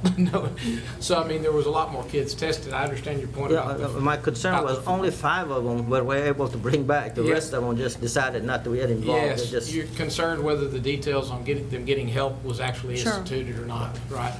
And I too think that there should be a standard program of what you're going to test for, and it should be the same across the board. Okay. And then the only question I would have also is, because I know we have nurses and things, is there any way to save money on this drug testing thing by doing it in-house with our own nurses? I see Coach shake his head, so Coach, sorry, go ahead. No, it's okay. You're great. Well, first of all, I spoke with the band, the cheerleaders, the drill team, and I spoke with the coaches in the athletic department. Everyone wanted to keep the drug testing in place. Secondly, I have to agree with Mr. Smith in the fact that I think we're looking at it from the wrong direction. I don't think we need to look at it from, it only benefited 5 kids. I think it benefited every kid that got tested, that tested negative. It's a deterrent. This is not a program set to trap and catch kids. Right. This is a program set to help our kids say no. I mean, if you read the news lately, there's an opiate problem in the entire United States. We know here in Nacogdoches, I've been in Nacogdoches now since 1974, off and on. We have always had an issue with our kids with drugs, always. We have an issue with drugs with our adults, with our parents. And this program, yes, it's $39,000 over a 4-year period, but it's a worthwhile program because it gives our kids an opportunity, if they want to participate in something, it gives them an opportunity to say no. And, you know, if they fail the test, then I agree. I think that we need to go take them through the procedure, the correct procedure, and they need to be drug tested again. And every time the drug test comes up, they need to be part of the drug testing program. They need to be tested. If they test positive one time, then they need to be part of that sample, pull the sample, plus add their names to the list. And that's, you know, I was with the original group with Coach, and that's what my understanding was, that the way the program would go. Yes, they need to receive the information on the counseling, but you have to remember, you know, if I'm the athletic director, I'm only going to receive information on the athletes. That's it. That's right. So if we don't have athletes that are testing positive, you're not going to get any information. So, you know, I personally, in talking to all of the sponsors of drill team, cheerleading, band, we would all like to see the program kept in place. I understand it's an expensive proposition, but you know, as Coach said a while ago, you know, if you save 1 or 2 kids, then the money's worth it. And to me, the program's working because when you only have 63 over a 4-year period out of what, 3,600 tested, something's working. They're saying no. They're not doing what we want them not to do. We want to keep them out of the drug situation. And so I think it's proven to be a positive and not a negative thing. Now that's, like I say, that's my opinion. I think that's the opinion of the other people that I spoke with in charge of the other programs. Coach, since you're here, maybe help us to get something going. Okay. First, when we say 3,600 students tested, it's not 3,600 different students. These are some of them randomly You're right, picked up. but it's still 3,600 tests. Right. Yes. Then, in my uneducated observation is 2/5 of students come to school with the bus. 1/5 comes with the parents or girlfriends or boyfriends or relatives drops them off by school. And the rest of them are driving school. Of those people who drive to school, you know as well as I do, majority of them park in the Maroney Drive. Well, and I think if you remember when we initially went through this, you know, you and I were both on that group that was trying to set things up.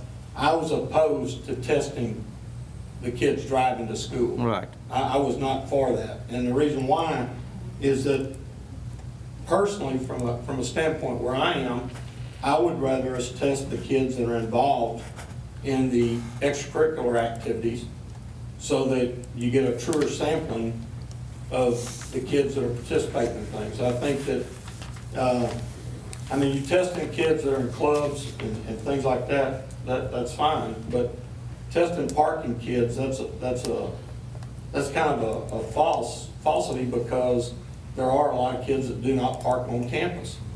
But I see those kids every day because I walk across the fields, and about 80% of them are in athletics or some other activity.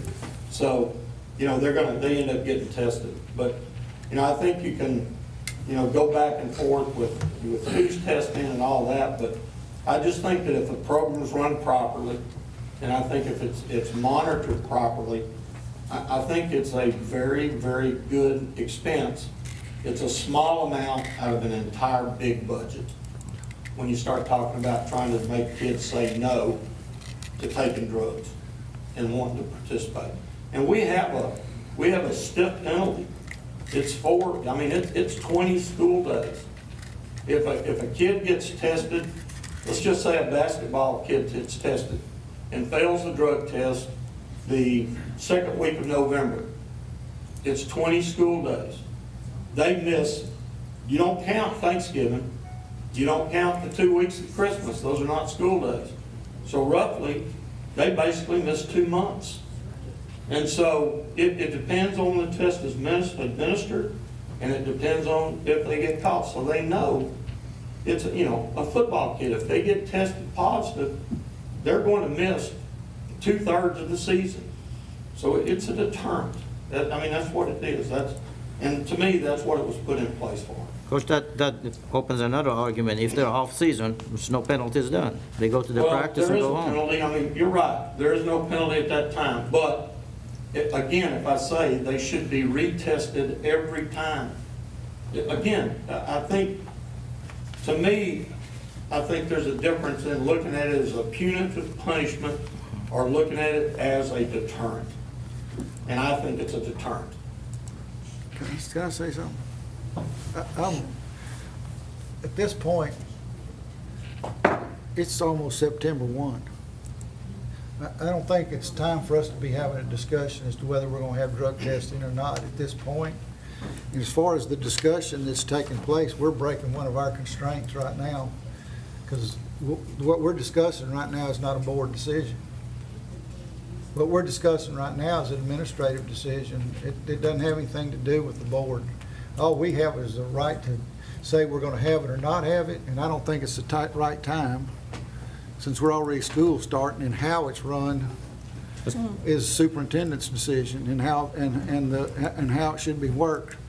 And I think this whole discussion is way out of line on our own constraints. Mr. Green, I have no problem with giving them tests, but I have problem with the way they handle the procedure, the proper they go through. And I agree with you. I want to make sure the procedures are handled correctly, and kids should be given counseling. I mean, we don't have a drug counselor in the district, but we want to help them get counseling. At the same time, I've asked who's going to be over it this year, and it's Dr. Guskov, Igor. He will manage that. And including on that, I'm pocketing back some money in the budget because I want to get a drug dog on campuses. Chief Murray is going to be a handler, and I want to try to go to having a drug dog, because at the time, we're relying on a police department, their drug dog, I think, or something, and they come only when they can. And so if we have our own dog that walks the campus as well as the middle school, she can take it to the elementaries or whatever, I think that will also be a huge deterrent. I think we need to look at that. And I think I've got that done, so. Coach, if I may, it seems like from what I'm listening to what you're saying, that you've got a few tweaks that you would think would be nice to have to the current policy. Is that correct? Well, I think we need to follow the current policy. Right. Exactly. I think we need to follow it to the letter. I do. But I think next year, or whenever down the road, I think we need to look at who's tested. I think that needs to be revisited personally. Okay. All right. But I think that if we follow the current policy that we have in place, I think it's a good policy. And I've talked with all the other schools in the UIL district, and they're basically doing the same thing that we're doing. But they're not doing the same testing of kids that we're doing. Okay. It's a little bit different sampling. But I think our policy is a good policy, the direction that we've got. Okay, and our policy states, for example, that we'll test the kids with parking permits. That's correct. But what I perceive you to saying is, well, maybe that's not the best use. Okay. Yeah. So That's my personal. So that's to say that if, as athletic director, if you had your dithers, there probably would be a few tweaks that you would recommend to the policy. I'd like to decrease the sample amount. I'd like to decrease the type of kids maybe a little bit that we're looking at from the standpoint of participation levels. Okay. Which will increase the percentage of kids that are participating in certain areas to be tested. Okay. One more question real quick. Yes, ma'am. I understand what you're saying about it being a deterrent and it being a a deterrent that you value with your kids and extracurricular activities. What about all the kids that aren't in extracurricular activities? What type of help or deterrent are we providing to those kids? Well, I can't speak to that, you know, Okay. because I'm not gonna lie to you, I deal with the athletic Athletics, kids, you yeah. know, but, I think the biggest thing that we gotta do, you know, with all the other kids is, and I tell kids this all the time that get out of programs, they need to find another program to get into. Because the more that our kids are involved, the less opportunity they have of doing something bad. And, we've got lots of good programs at high school. We got lots of good clubs. The Key Club, you know, there's all kinds of activities our kids can be involved in. You know, and I would hope that as a parent, our parents would get our kids involved in something. Because if they're involved in band, or they're involved in athletics, or they're involved in drama, any of that, choir, then they're around a good group of kids, and they're around kids that again, have responsibilities. And if they want to participate, they have to be a good steward, and they have to be a good citizen. And that's what we want for all our kids. Absolutely. Ms. Downey, I would direct my other question to you, because you have the responsibility of designating our resources district-wide. Do you feel, as superintendent, that the program is of value for the amount that it's costing us? In other words, if you had that $40,000, is that how you'd want to spend it? I think it's important, I do, and I think until I find something cheaper, which I will look for, like Russell asked, if there's any way we can do it any cheaper, we'll look for that way. But I think it's a deterrent to the kids, and along with, I'm going to work to get a dog. I think we've got to do everything we can, because a lot of our kids are facing this issue today. It's getting worse instead of better if we don't try to help them with counseling as well as the deterrents. We've got to follow up with counseling. I think the only thing that we've got to be aware of with trying to go cheaper is that this company that we're dealing with right now is a very respected company, and the confidentiality dealing with kids and their records is extremely important. Right. And that's why the other 5 schools they're in our district all use the lab out of Tyler because of confidentiality. Right. Maybe I can just negotiate them down a little bit, okay? But I'd like for us to make sure to be aware that that's an important And I issue. will try that, Yes, okay. Ms. Dodd, it's just like a blood testing. The less drug they test for, the less they Less charge. amount of charge, okay. I would suggest, based on Coach Ray's comments, that the staff, Ms. Dowdy, review the current policy and bring back any suggested revisions or changes, enhancements, whatever, to the board. Obviously not for this school year, but maybe, bring them back in the next few months, looking for the following school year, would be Okay. my thought. Anybody else have any thoughts on that? I'm good with that. That's good. The only reason I brought it up, to put some shed light on it and start doing it more Sure. correctly. Okay, I agree with that. We've got to do it correctly. Thank you, Coach. Thanks, Coach. Okay. I believe the next item on our agenda is a professional development update with Ms. Sammy Kinsey. Good afternoon, board members, Ms. Downey. I have the honor of bringing the best part of the board meeting to you. This is directly focused on student outcomes, and that's training our teachers. We all know the impact of the teachers. Well, you're laughing at me, but it's true. No, I just used to get to do the fun part, okay? No, it's fun. Developing strong teachers is the most important thing we can do to change the outcomes of our kids. And all of our professional development has been targeted based on the needs assessment of the campuses in the district. And the professional development are focused on the school board goals and how we're going to meet those goal progress measures. So one of our non-negotiables that Ms. Dowdy created with the principals that we've taken out to the campuses and teachers is quality staff development, having it focused.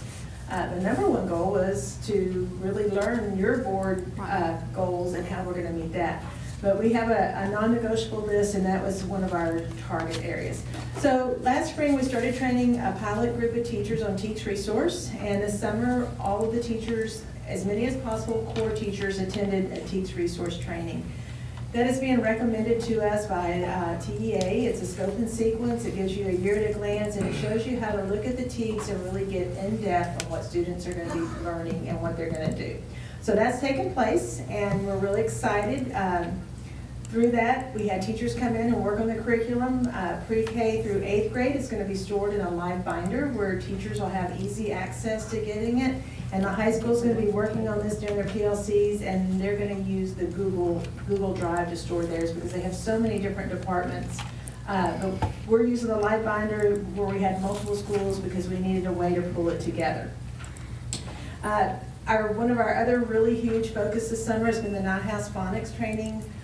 Teachers have really embraced it, and now our task is going to be to make sure it's implemented with fidelity. So when we're on the campus, we're going to be looking, going through the classrooms, walking through it. It's just, phonics is probably a 20 to 25 minute component of the reading block that's going to take place in pre-K through 3rd grade. Pre-K teachers attended language and literacy for young learners for 2 days. The kindergarten was reading readiness for 10 days, and 1st through 3rd grade language enrichment, and it was 5 days.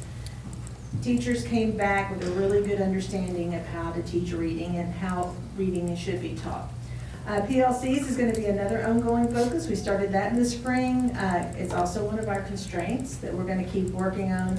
And with the addition of the high school common planning time for the core, the extra conference period, it's going to allow those teachers to really work real in depth with each other. This summer, we continued the CHAMPS training with CHAMPS 1 for new employees. And actually, we had, there were several returning employees who went because they just wanted to hear it again. Now they practiced it a year, they wanted to just get it down a little bit better. And I'll just have to say, the Safe and Civil Schools is who provides that training. And our presenter, Kathy Hose, is unbelievable. Like, if you think you're gonna go there and sleep or sort of zone out, she doesn't let it happen. And she had anywhere between 60 and 80 people every day, so that was wonderful. But this year, CHAMPS 2, and that was for more of our more experienced teachers, our administrators. That's to deal with the more extreme behaviors. So CHAMPS 1 is your classroom management for your Tier 1. CHAMPS 2 is to work with those really at-risk students, Tier 2 and 3. And each, we've ordered about 10, they're called encyclopedias, and it gives you some really strategies on how to deal with really unique behaviors. So we were excited about that. And then it seemed last week, Lead Forward came. That's another one of our non-negotiables. We'll be continuing working with them. The leadership teams from each campus came, and we set our priority standards for learning. So the administrative team and the teacher leaders now are going to be turning that around on the campuses. We also had the 3-day PSYOP training, and I believe we had about 38 teachers that attended that. And Sammy, tell them what PSYOP is. I was about to ask. That's a new acronym. I'm not familiar It's our with it. Sheltered Instruction Observation Protocol, and the Yes, strategies you use with second language students. But really, it's just good instructional strategies. So that we had a really good group with that. And then our K teachers, they're getting a lot of new curriculum with textbooks this year. They had 4 days to work together. 2 days were led with Region 7 and 2 days with them just so they can start building their scope and sequence. And the teachers really appreciated the time they were given for that. We're sending some of our specialty high school AP teachers went to some AP training, and even Ms. Dowdy made a phone call and got one in that we thought we couldn't get in, and the little teacher was thrilled to get in. We had our 5-day gifted and talented training, and even though it's for a gifted and talented student, it's really about differentiation. How do you teach? And it was such a great group of kids. I don't know if any of you saw the news little article they did on it, but when I say kids, I mean teachers. The teachers really had fun. I mean, the last day, they were just giddy. I think they were a little tired. The first 2 days, a lot about philosophy, but the last day is really, they were very creative, and they just had a great time with that. And then teachers who are already GT certified go to a 6-hour update training, and that was provided. Through the TIPS conference, the TIPS is our Title I priority school grant that we have for Fredonia and Carpenter. I went, our PSP went, the principal went, and teacher leaders went. And when you talked earlier about needs assessment, through the TIPS grant, we have to work hard for our money, because the whole goal for this is to develop an action plan to take a school out of being improvement required. And so through that, they look at the critical success factors. So we spent a couple of days in San Antonio doing that, but then when we've come back, we've had to come back and really meet and put it together. We had to wait on feedback from TEA. TEA sent us feedback. We had to tweak it. So it's a very intensive work with that. Through that TIPS grant, Carpenter's been able to pay their teachers to come in for professional development based just on their campus and to do some lesson planning. So those teachers are really getting ahead of the game because they've already been working together quite a bit. We had our new teacher academy. I guess it was just this week. It's Yeah, hard to well, it believe. was. It was just- Our new teacher academy is 3 days now. It's not just first-year teachers, it's teachers that are also new to Nacogdoches ISD. And I like having a balance, because when you're doing sessions with the teachers, it's nice to have those experienced teachers working with some of those brand new teachers who need a little bit more support. They were with the department, our Department of Support up here for a day and a half. They went through 6 sessions, and then they were at the campus for the other day and a half. And this Monday, Region 7 is hosting the Back to School Conference. So it's at the high school.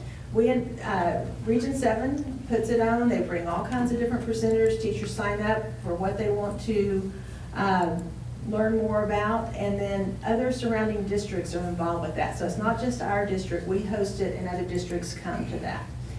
And on Monday also, the administrators, this is also one of our constraints. All administrators, the principals, are going to go through the site-based decision-making training at the high school on Monday. They're coming there. So that's our session.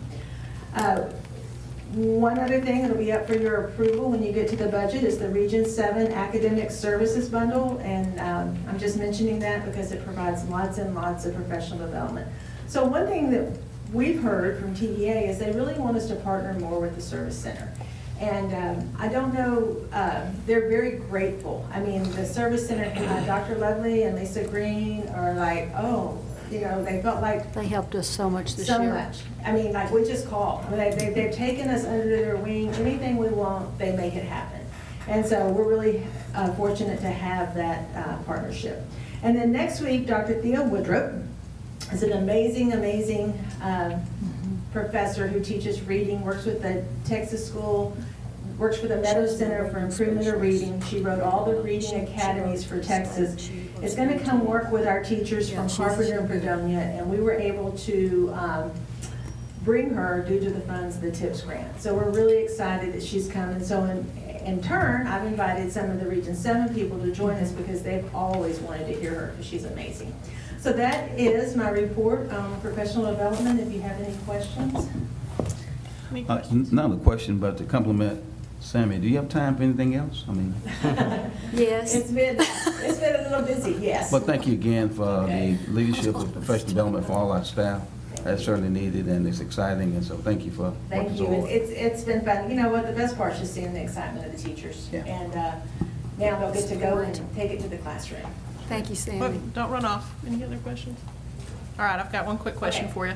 On CHAMPS, of course, you know, Yes. disciplines in the classroom, big topic of mine. And I know that I've been looking forward to the second level of training and getting those teachers the opportunity to learn the techniques for the more challenging discipline problems that they may face. So one would assume then if we've hired, we have a lot of first-year teachers coming on board, new teachers. So one would assume that those guys went through CHAMPS 1 this Right, summer, correct? right. When will they have the opportunity to go through the second level? Well, it'll probably be next summer. They really need to experience CHAMPS 1 before they jump into the higher part. But the goal of Tier 2 and 3, you have to rely on your experienced teachers and administrators, because when you're discussing kids, say you're having a behavior RTI meeting, you're discussing kids, so it might be a new teacher, it may be somebody that's really experienced, and then they can make suggestions. So the teachers are going to be learning the strategies, but I'll tell you, it's been a lot to have them go to that this summer. They really, the company really recommends that they try it, and that's why some of our teachers came back Even though they had implemented it last year, they came back again just to take it to another level. Well, that's good to know. What resources then do we have in place for our first-year teachers that are maybe having some struggles with classroom management issues? Well, I think every campus is making that a focus. New teachers, so even though they went to Champs, when they went to their campus, they had a half day with their leadership team, the administrators, on classroom expectations, hallway expectation, cafeteria, all those routines that help kids get through the day better. So they had that. They're going to have their mentor teachers. They're putting a lot of focus on, I mean, we talk, principals and us talk, there's two things that teachers need. They need classroom management, organization, then they can get to teaching. And so we have to start with that. So they're going to be getting a lot of support in that regard. We had also going to do the same thing that we did last year. We had Region 7 come in teams, and they, like on some campuses, they're going to practically live there, but they're going to go through the classrooms and help coach also, and the same thing with classroom management, because they're all champs too. But they're going to help coach and model. And I know a couple Yeah. of classes are trying to do the team teaching as much as possible the first couple of weeks, so an experienced teacher may be modeling for a new teacher. We talked about the new teachers. We have a lot of alternative certified teachers. That's just across the state, that's not unique to Nacogdoches. And at the New Teacher Academy, and because I worked with Texas teachers for 2 years, I know how much support they need. The first thing I tell them is go in and observe some master teachers. Because, you know, you can read about it in those modules and you can see the video, but until you see a teacher build those relationships and interact with kids, it's really hard sometimes. So I'm hoping that we'll get that right off as soon as we get school started. Is it fair to say that all of our first-year teachers have been teamed with a mentor? They should be, yes. They should be. They are going to be today. Remember, this is the first day all staff is back. But they will all be given a mentor, yes. Okay. And those, I mean, and I know that's a burden on our veteran teachers because I can only imagine what that takes to serve as a mentor. Well, and I know Fredonia is reaching out to some retired teachers to help mentor on their campus. Carpenter is. And then Carpenter, the first week of school, the Retired Teacher Association is coming Be in there. to be there with the newer teachers and help them get the day off. They say they're just going to come and help. So sounds like we got a good group to come. Do we have any, on any of our campuses, first-year teachers that are in team leader positions? Not that I know of. I wouldn't think a first-year teacher would. I wouldn't, that would be No, my expectation as well. No, I'll say but- we have a second-year teacher who is amazing at McMichael. He started in January, but he has worked all summer, and he is the team leader, but we wouldn't have a first-year teacher, I don't think. Okay. Yeah, I'd be real shocked. I do know that our middle schools they have a lot of new people on math, but I know Moses doesn't, and I know McMichael's doesn't, so. What about our elementaries, particularly our elementaries? Those are the guys I'm most concerned about is, Yeah. because I know we've had some heavy turnover at Carpenter. So I haven't seen those numbers to know what our ratio I don't of know new how right now they're teachers is. gathering those, or Yeah, how they're and we grouping can- those. We can look at that on the staffing charts, Pam, and make sure, but a lot of the campuses, if they had an opening, they tried to move staff around a little bit to a grade level, so they spread out the experienced teachers to help with that. Good. It's hard on campuses like Fredonia and Carpenter, they only have 3 teachers in a grade level. But that was one of the Absolutely. things I know Dr. Briggs-Vaughn really looked at was, moving people around so she had a continuum of strength across. Well, I know that's been one of the struggles. I know for sure at Carpenter, and I'm sure Fredonia as well, because they're fairly small campuses, when you've got, when 2/3 of your teachers are new, how do you effectively mentor and develop those teachers? And that's been kind of an ongoing issue for me and Well, an and I area of know concern. at our department, Andy Howe and Jennifer Simmons, they're already starting to plan with the new teachers, trying to push in, and they're gonna be there the first couple of weeks, really, well, they're gonna be there all year, but they're gonna really target the really young. At our curriculum coach meeting the other day, we asked for needs, which campuses, which spots, because really, we had 2 teachers, I think, Mr. Martin, no-shows, right?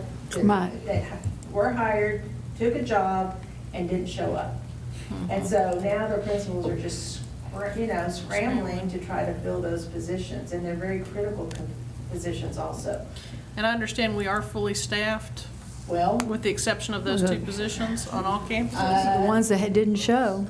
The no-shows, The we have some no-shows? long-term subs will start in yeah. some positions. we have some long-term subs where they're gonna be working on getting their certification. Yeah. Yes, and, the TAs changed the requirements to get an alternative certification program. So before, a lot of certified, alternative certified people, you'd get in the program and you'd have a little time. Tell me if I say this wrong, Mr. Martin. But now they have to get that certification, they pass that certification test. So we have some that are in transition, yes. We're hitting really hard on that. But on a positive note, we are rebuilding our relationship with Stephen F. Austin, and we're taking on student teachers. We've got student teachers placed. We have 11 or 12, and hopefully even in January, maybe we can pick some of those. We really want to build our relationship with the university and get, we have students who are observing, student teachers 2 days a week. We've got them placed, and then we have a large group that are going to the middle school just to do their general observation. And I can't say enough again about Region 7, because they are on, I'll go with us because of our campuses. So we call them constantly, and they send teams over. Well, and part of, and I know I'm sort of crossing over, when y'all get to that academic service bundle, a big part of that was Dr. Vaughn and Ms. Weebold, they met and created a plan specific to the needs of their campus. One of the plans they needed with the inexperienced staff was a lot of coaching. So this will allow the coaches to come to us and just send, instead of always just sending teachers to a training, the coaches will be there. And so we're gonna get content people, because if you're like the only fifth grade science teacher, like you are the fifth grade science teacher, you need somebody to bounce ideas off of. So they're gonna come in and do that gradual release where maybe they're modeling and then gradually release with that. So the coaching model, we're hoping will really help some of our inexperienced teachers. Thank you so much. You're welcome. Just, See, I told you it's the best part. but it doesn't have any, I really don't want an answer to this, but it deals with discipline. Okay. My biggest concern right now is from that legislative update that we had the last time. Pre-K 1 and 2, where they took being able to send somebody home at all in those grades. I know that sounds harsh, but I just know going on to elementary campuses, if you want to see a temper tantrum, it's going to be at pre-K or that K class, and I just want to make sure that y'all are giving them resources, because they're going to have some resources on campus to be able to deal with those kids if you can't send them home, to do something with them, because that can disrupt a whole wing. Well, and we all know, if you've ever had pre-K, I mean, those little schools, I know. we were having this discussion last night in Carpenter, they have, what, nine pre-K? They have 9 pre-K classes. Yeah, I mean, like, 4-year-olds are like nothing else. I know. But many They drive districts me have nuts. already been implementing this before it became a law, and 2 of the districts that I work really close with, it is hard, but you can make it work. The students we want to keep students at school. 4-year-olds, you're telling them when they go home to mama to keep throwing a fit. That's what I've always felt like. You send a 4-year-old to go home, they're getting their way. I didn't anticipate an answer. I just want But anyway, like be Ms. aware. Dowdy said last time, it's gonna cost money. If we get an extreme case and we have to hire 2 teachers to set up our own little focus kind of room, it's gonna cost money. Okay, Sorry about that. thank you. You see, That's what I was looking for. I had a positive comment to make. I met a second-year out-of-school teacher that teaches at one of our elementary campuses this last Sunday. And so I took the opportunity to kind of quiz her a little bit, and she had nothing but great things to say and really loved her job, loved the district, very positive about where she was and how things were going. Good. And she's 2 years out of school. Good. That's great. We want to get those babies in, start training them. All right, moving to the next portion of our agenda. This is the consent agenda. Unless removed from the consent agenda, all items listed will be acted on with one motion. If there is a board member who wishes to discuss an item on the consent agenda separately, please indicate the agenda letter, and it will be set aside for further discussion and a separate vote. I would move that, I don't have the letters in front of me, With the ones on the governance issues, H through J? H through J, I would like to, not for a long period of time, but I'd like to pull those just for a quick discussion on the governance issues. Anyone else? Okay, I would like to pull item G. Which one is that one? Superintendent employment.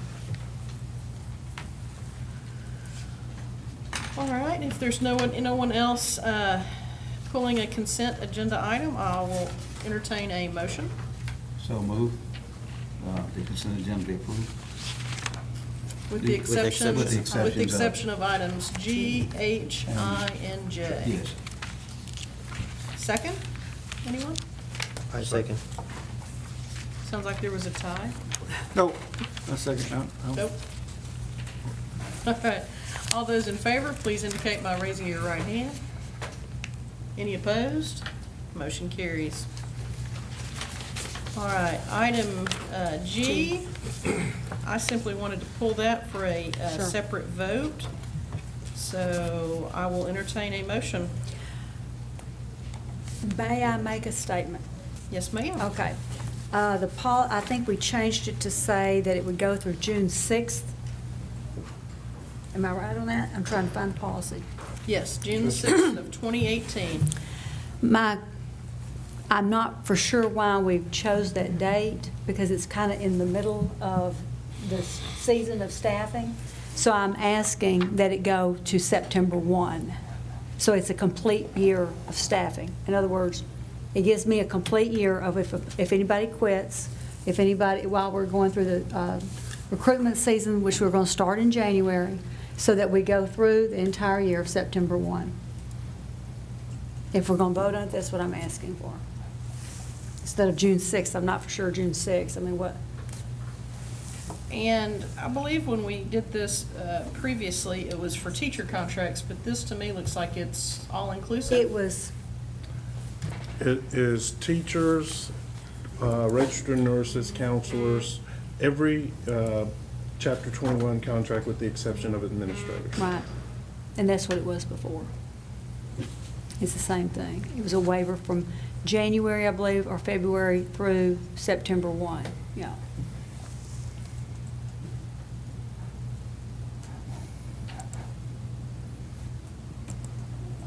Okay, so under a teacher contract, I see that now. The Okay. floor is open to a motion. Any more? I'll make a motion to authorize the superintendent or designee to employ personnel under a teacher contract for the 2017 and 18 school year to go through September 1st, 2018. Second. Mr. Neal, seconds. Mr. Neal seconds. All those in favor, please raise your hand by, right hand by signifying yes. All right. Thank you. Motion passes. Thank you. All right, that takes us to item H, Lone Star Governance, Revised Student Outcome Goals and Measures. Mr., I would just like to say, can we just kind of take them all as instead of as separate items, can we just kind of look at them as a whole and make our motion can we make a motion for all of them at once? Holly, I'm asking, or we have to do them Oh, separate? to separate, I think for this, I've got some separate items to discuss on each, if that's okay. Mr. Okay. So that we can get some time. Points.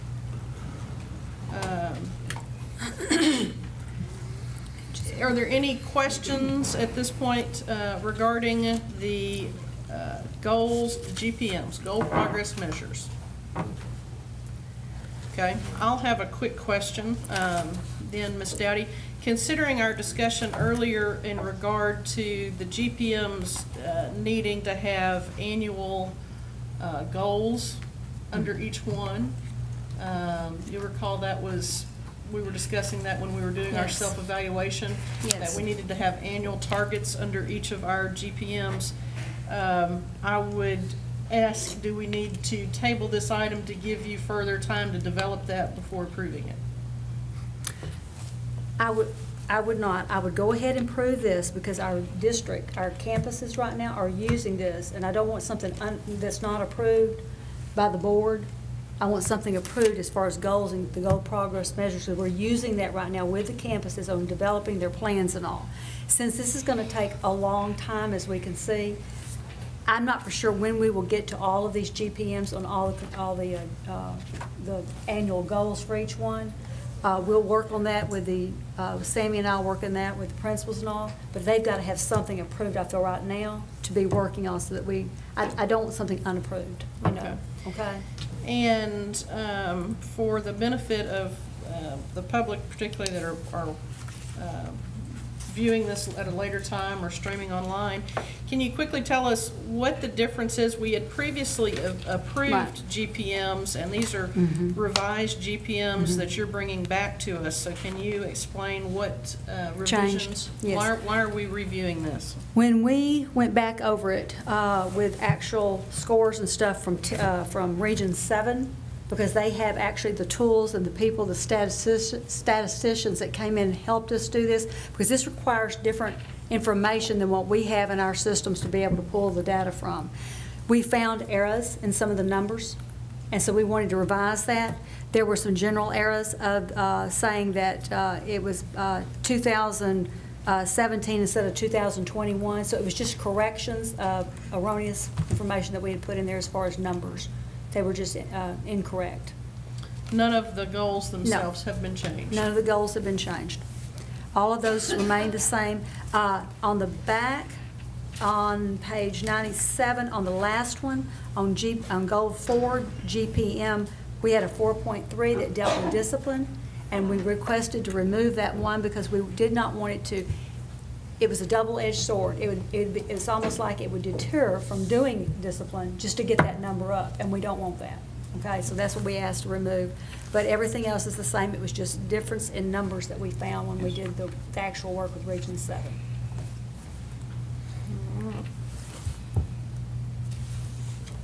Any other questions, comments? I'll entertain a motion. I move the board approve the revised goals and goals progress measure. As revised. Thank you, Mr. Neal. Second. Second by Mr. Montoya. All those in favor, please signify by raising your right hand. Any opposed? Motion carries. The next item is the Lone Star Governance Superintendent and Board constraints. Mrs. Dowdy, any comments? No, other than I think these are good. I think we thoroughly fleshed them out that day, and I believe they're on target, because when I look at these items, I think we're on target with exactly what we need to do.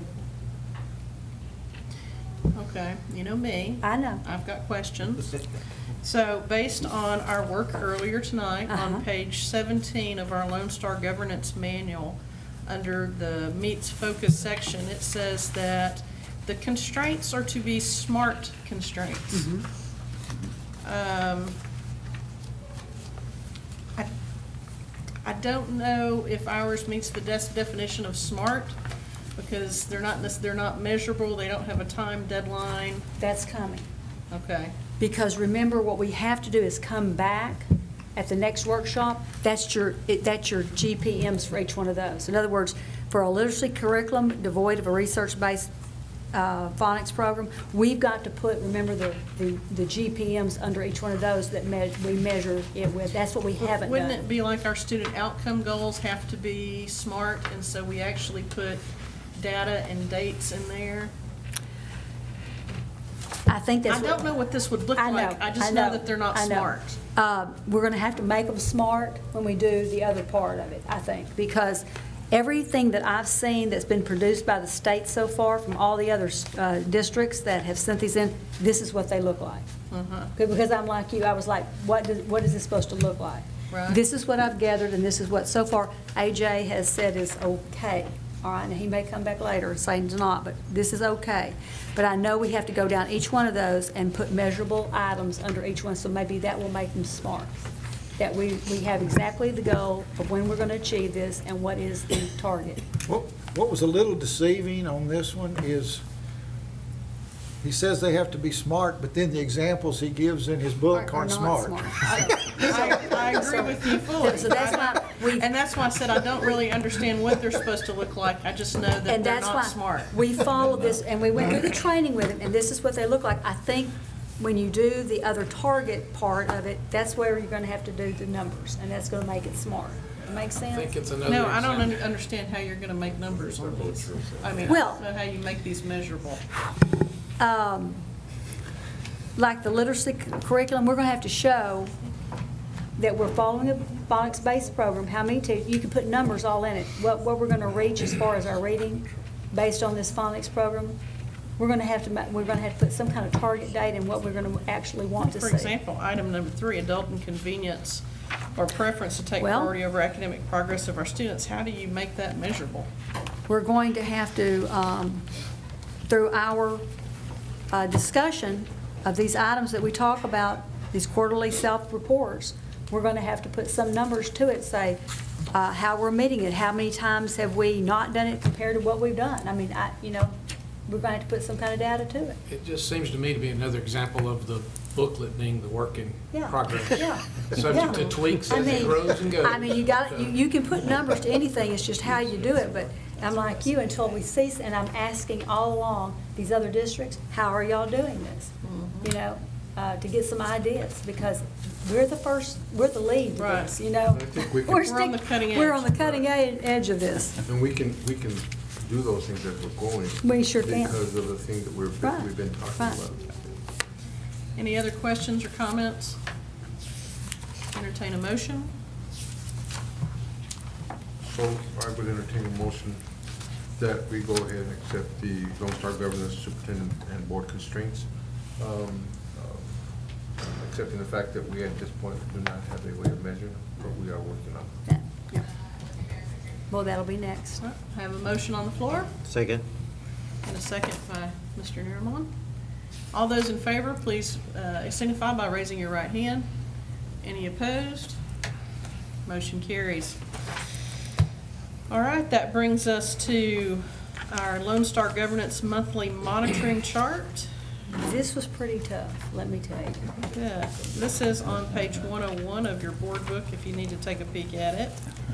This is where Sammy, principals, everybody have gathered around the tables to try to put together the way we're going to show you how we're going to measure those goals and those GPMs in a timely manner throughout the year.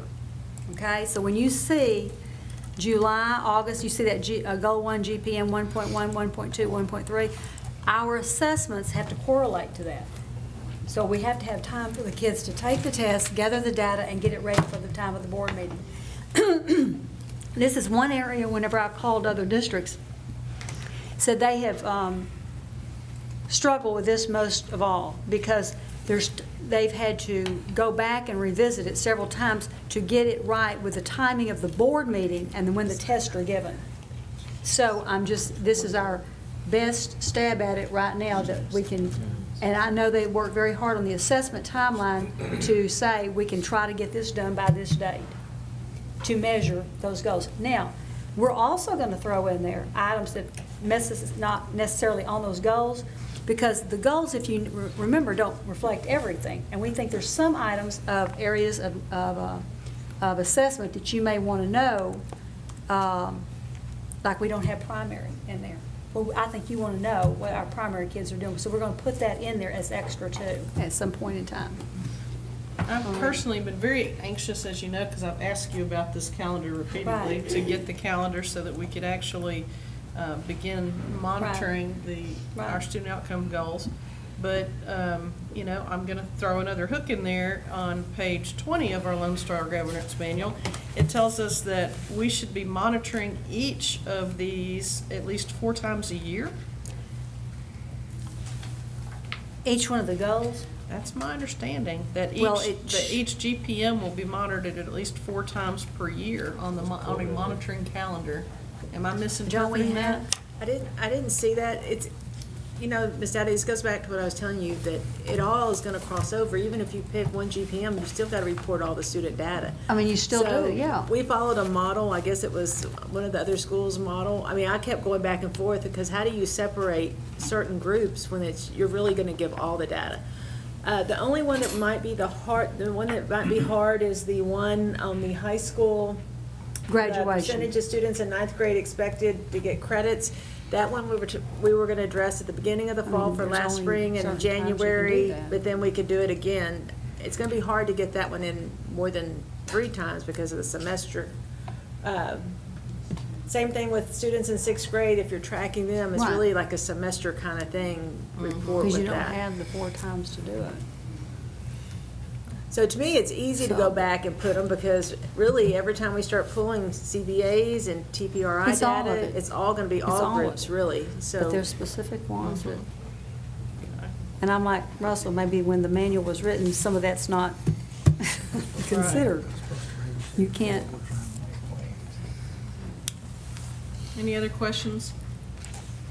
and if anything comes up along the way, we will adjust as we need to and let you know. We're gonna try to get in everything we can as many times. Okay, I'll entertain a motion. I make a motion that we accept the calendar as presented by the superintendent. Thank you, Mr. Green. Second?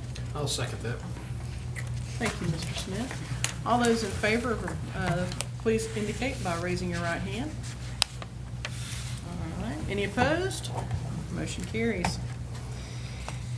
All right, that takes us to the action item portion of our agenda. All items will be discussed and acted upon separately. First up, I believe we've got board action on personnel items, professional personnel. I make a motion to approve administration's recommendation for 1-year administrator's contract as presented. Thank you, Mr. Neermond. Do we have a second? Second. And I would like to introduce him. Mr. Neal, yes, ma'am. Guy Yarber, would you stand up, please? He will be the assistant principal for Malcolm Rector, okay?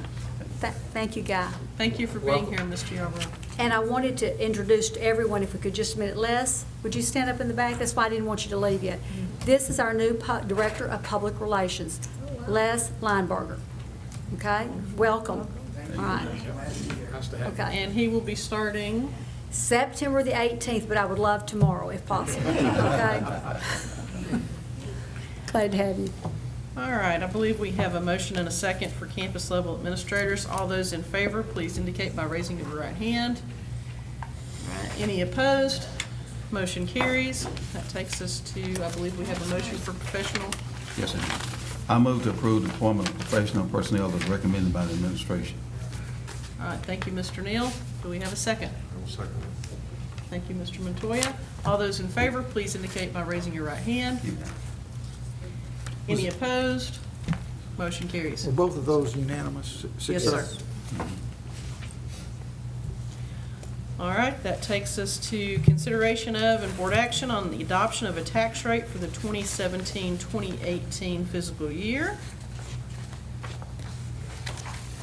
Move to approve the adoption of the tax rate for 2017 and 18 as presented by the administration.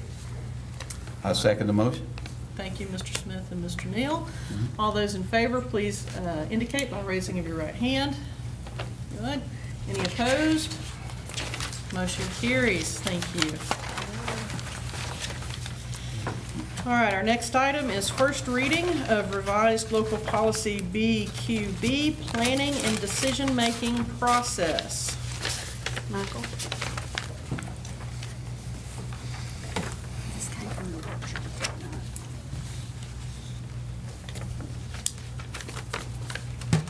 Good afternoon, Board. Mrs. Dowdy. At the request of the principals, the members of the Campus Advisory Council have been adjusted to one parent, one community member, and one business representative. Campus and district staff members will still be required and will not change.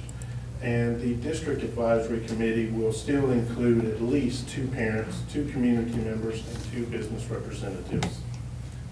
Administration's recommendation is that you approve the first reading of board policy BQB local. This came out at the workshop, I believe, on the last workshop, wasn't it? I believe that What I recall is that Mr. Mulliken brought up some concerns regarding this policy, but his concerns weren't with the parent and community representatives, but rather the large number of teachers that were required to participate, and this does not seem to address that issue. That's the only thing you can address, because you have to have by law 2/3 teachers. That's a requirement. Okay. You can't lower the 2/3 teachers. Okay. So they will still have 2/3? You Because have- that's the only concern I recall You being have to have verbalized. 2/3 teachers. That's, I mean, that's set. Yes. Yeah, you can't change that.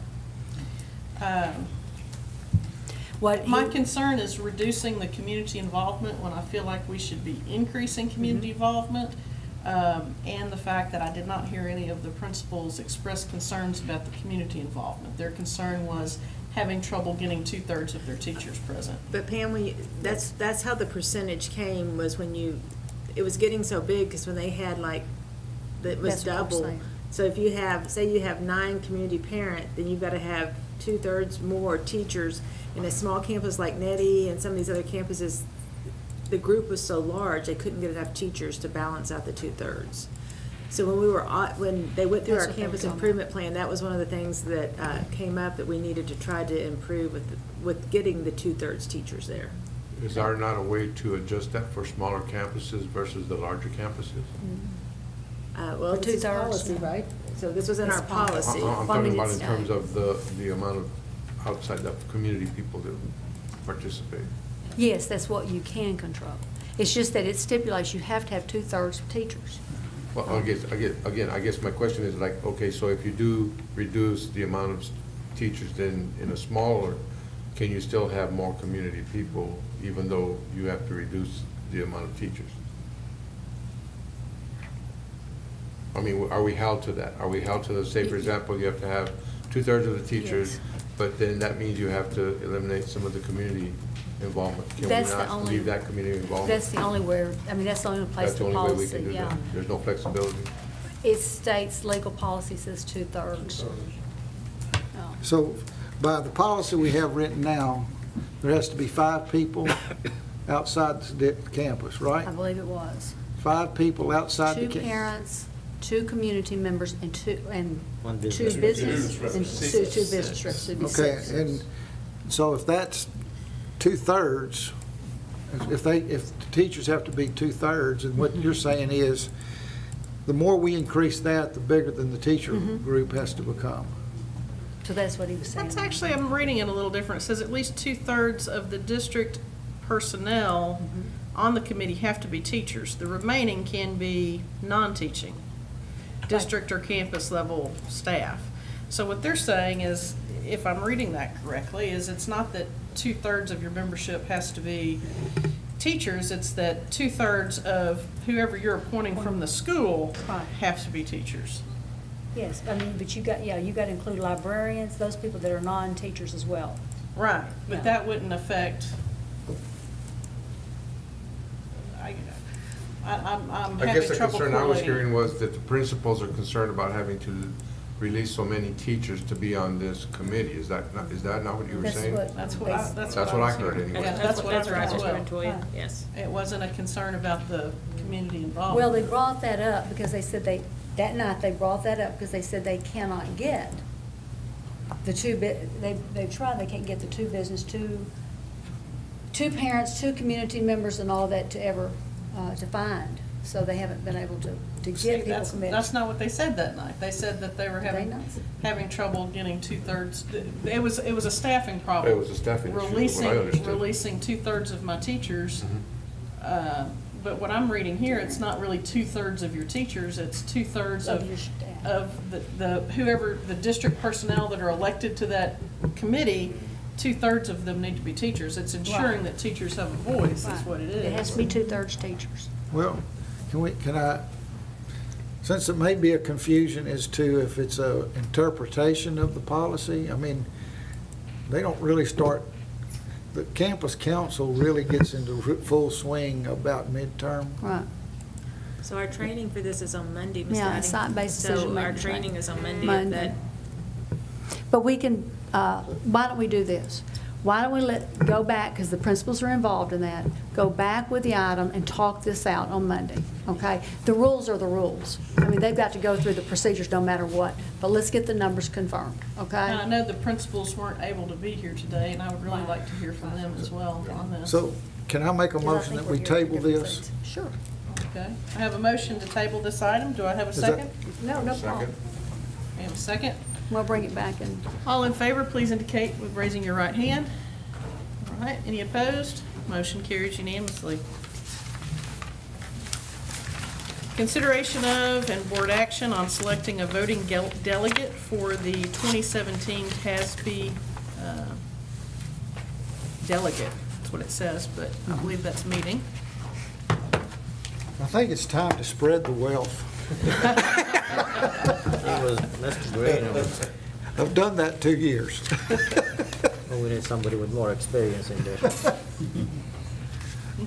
And I did tell the president that I would be willing to be an alternate. He asked me, and I said I would. So Be an alternate, An but alternate. not willing to Well, serve I as mean, delegate? if you want me to serve as delegate, I will serve delegate unless somebody else has a preference. I mean, might as well get my feet wet. Sure is the same, the president left early. You get punished up? You said you're going. I'll entertain a motion. 2 years running. I think Mr. Green is nominated to go. No, I've done it 2 years. Ask for a volunteer first. And I'm willing to volunteer if nobody else wants. Well, then now I'll make a motion that Mr. Montoya be our delegate at the conference to go to the delegate convention. I second the motion. Thank you. Thank you, Mr. Neal. Some out of town. We have a motion and a second. All those in favor, please indicate by rising of your right hand. All right. Thank you, Ms. Any Montoya. opposed? And I didn't see you vote, so does that mean you abstain? Well, don't I have to abstain since it's about me? We'll let you. That's okay. We'll let the All record right, well, I'll reflect that he I'll vote. abstained. Can I make one more announcement before we adjourn? Yes, ma'am. I want to congratulate Lisa and her business office people Yes. because they just received superior rating on their first rating, so that's great. So that's really good. All right, I believe that brings us to future agenda items. Does anyone have any items they would like to include on an upcoming agenda? Okay, I am the loud one today, I guess, so I've got a couple of items. It's been mentioned actually a couple of times in this meeting, but Mrs. Dowdy, last fall I had requested a report to review the number of non-certified professionals currently working in the district. This was to include alt certifications and long-term substitutes, any teacher, counselor, administrator, et cetera. Anybody? Yeah, I'd like to kind of follow up on that. We never did hear that. Okay. We'd just kind of like to see how we're progressing on that front. Also, back in April, the board approved the district rezoning committee with the mission of recommending possible redistricting plans for board consideration. Committee members were to be appointed by the board in May, but that's not transpired.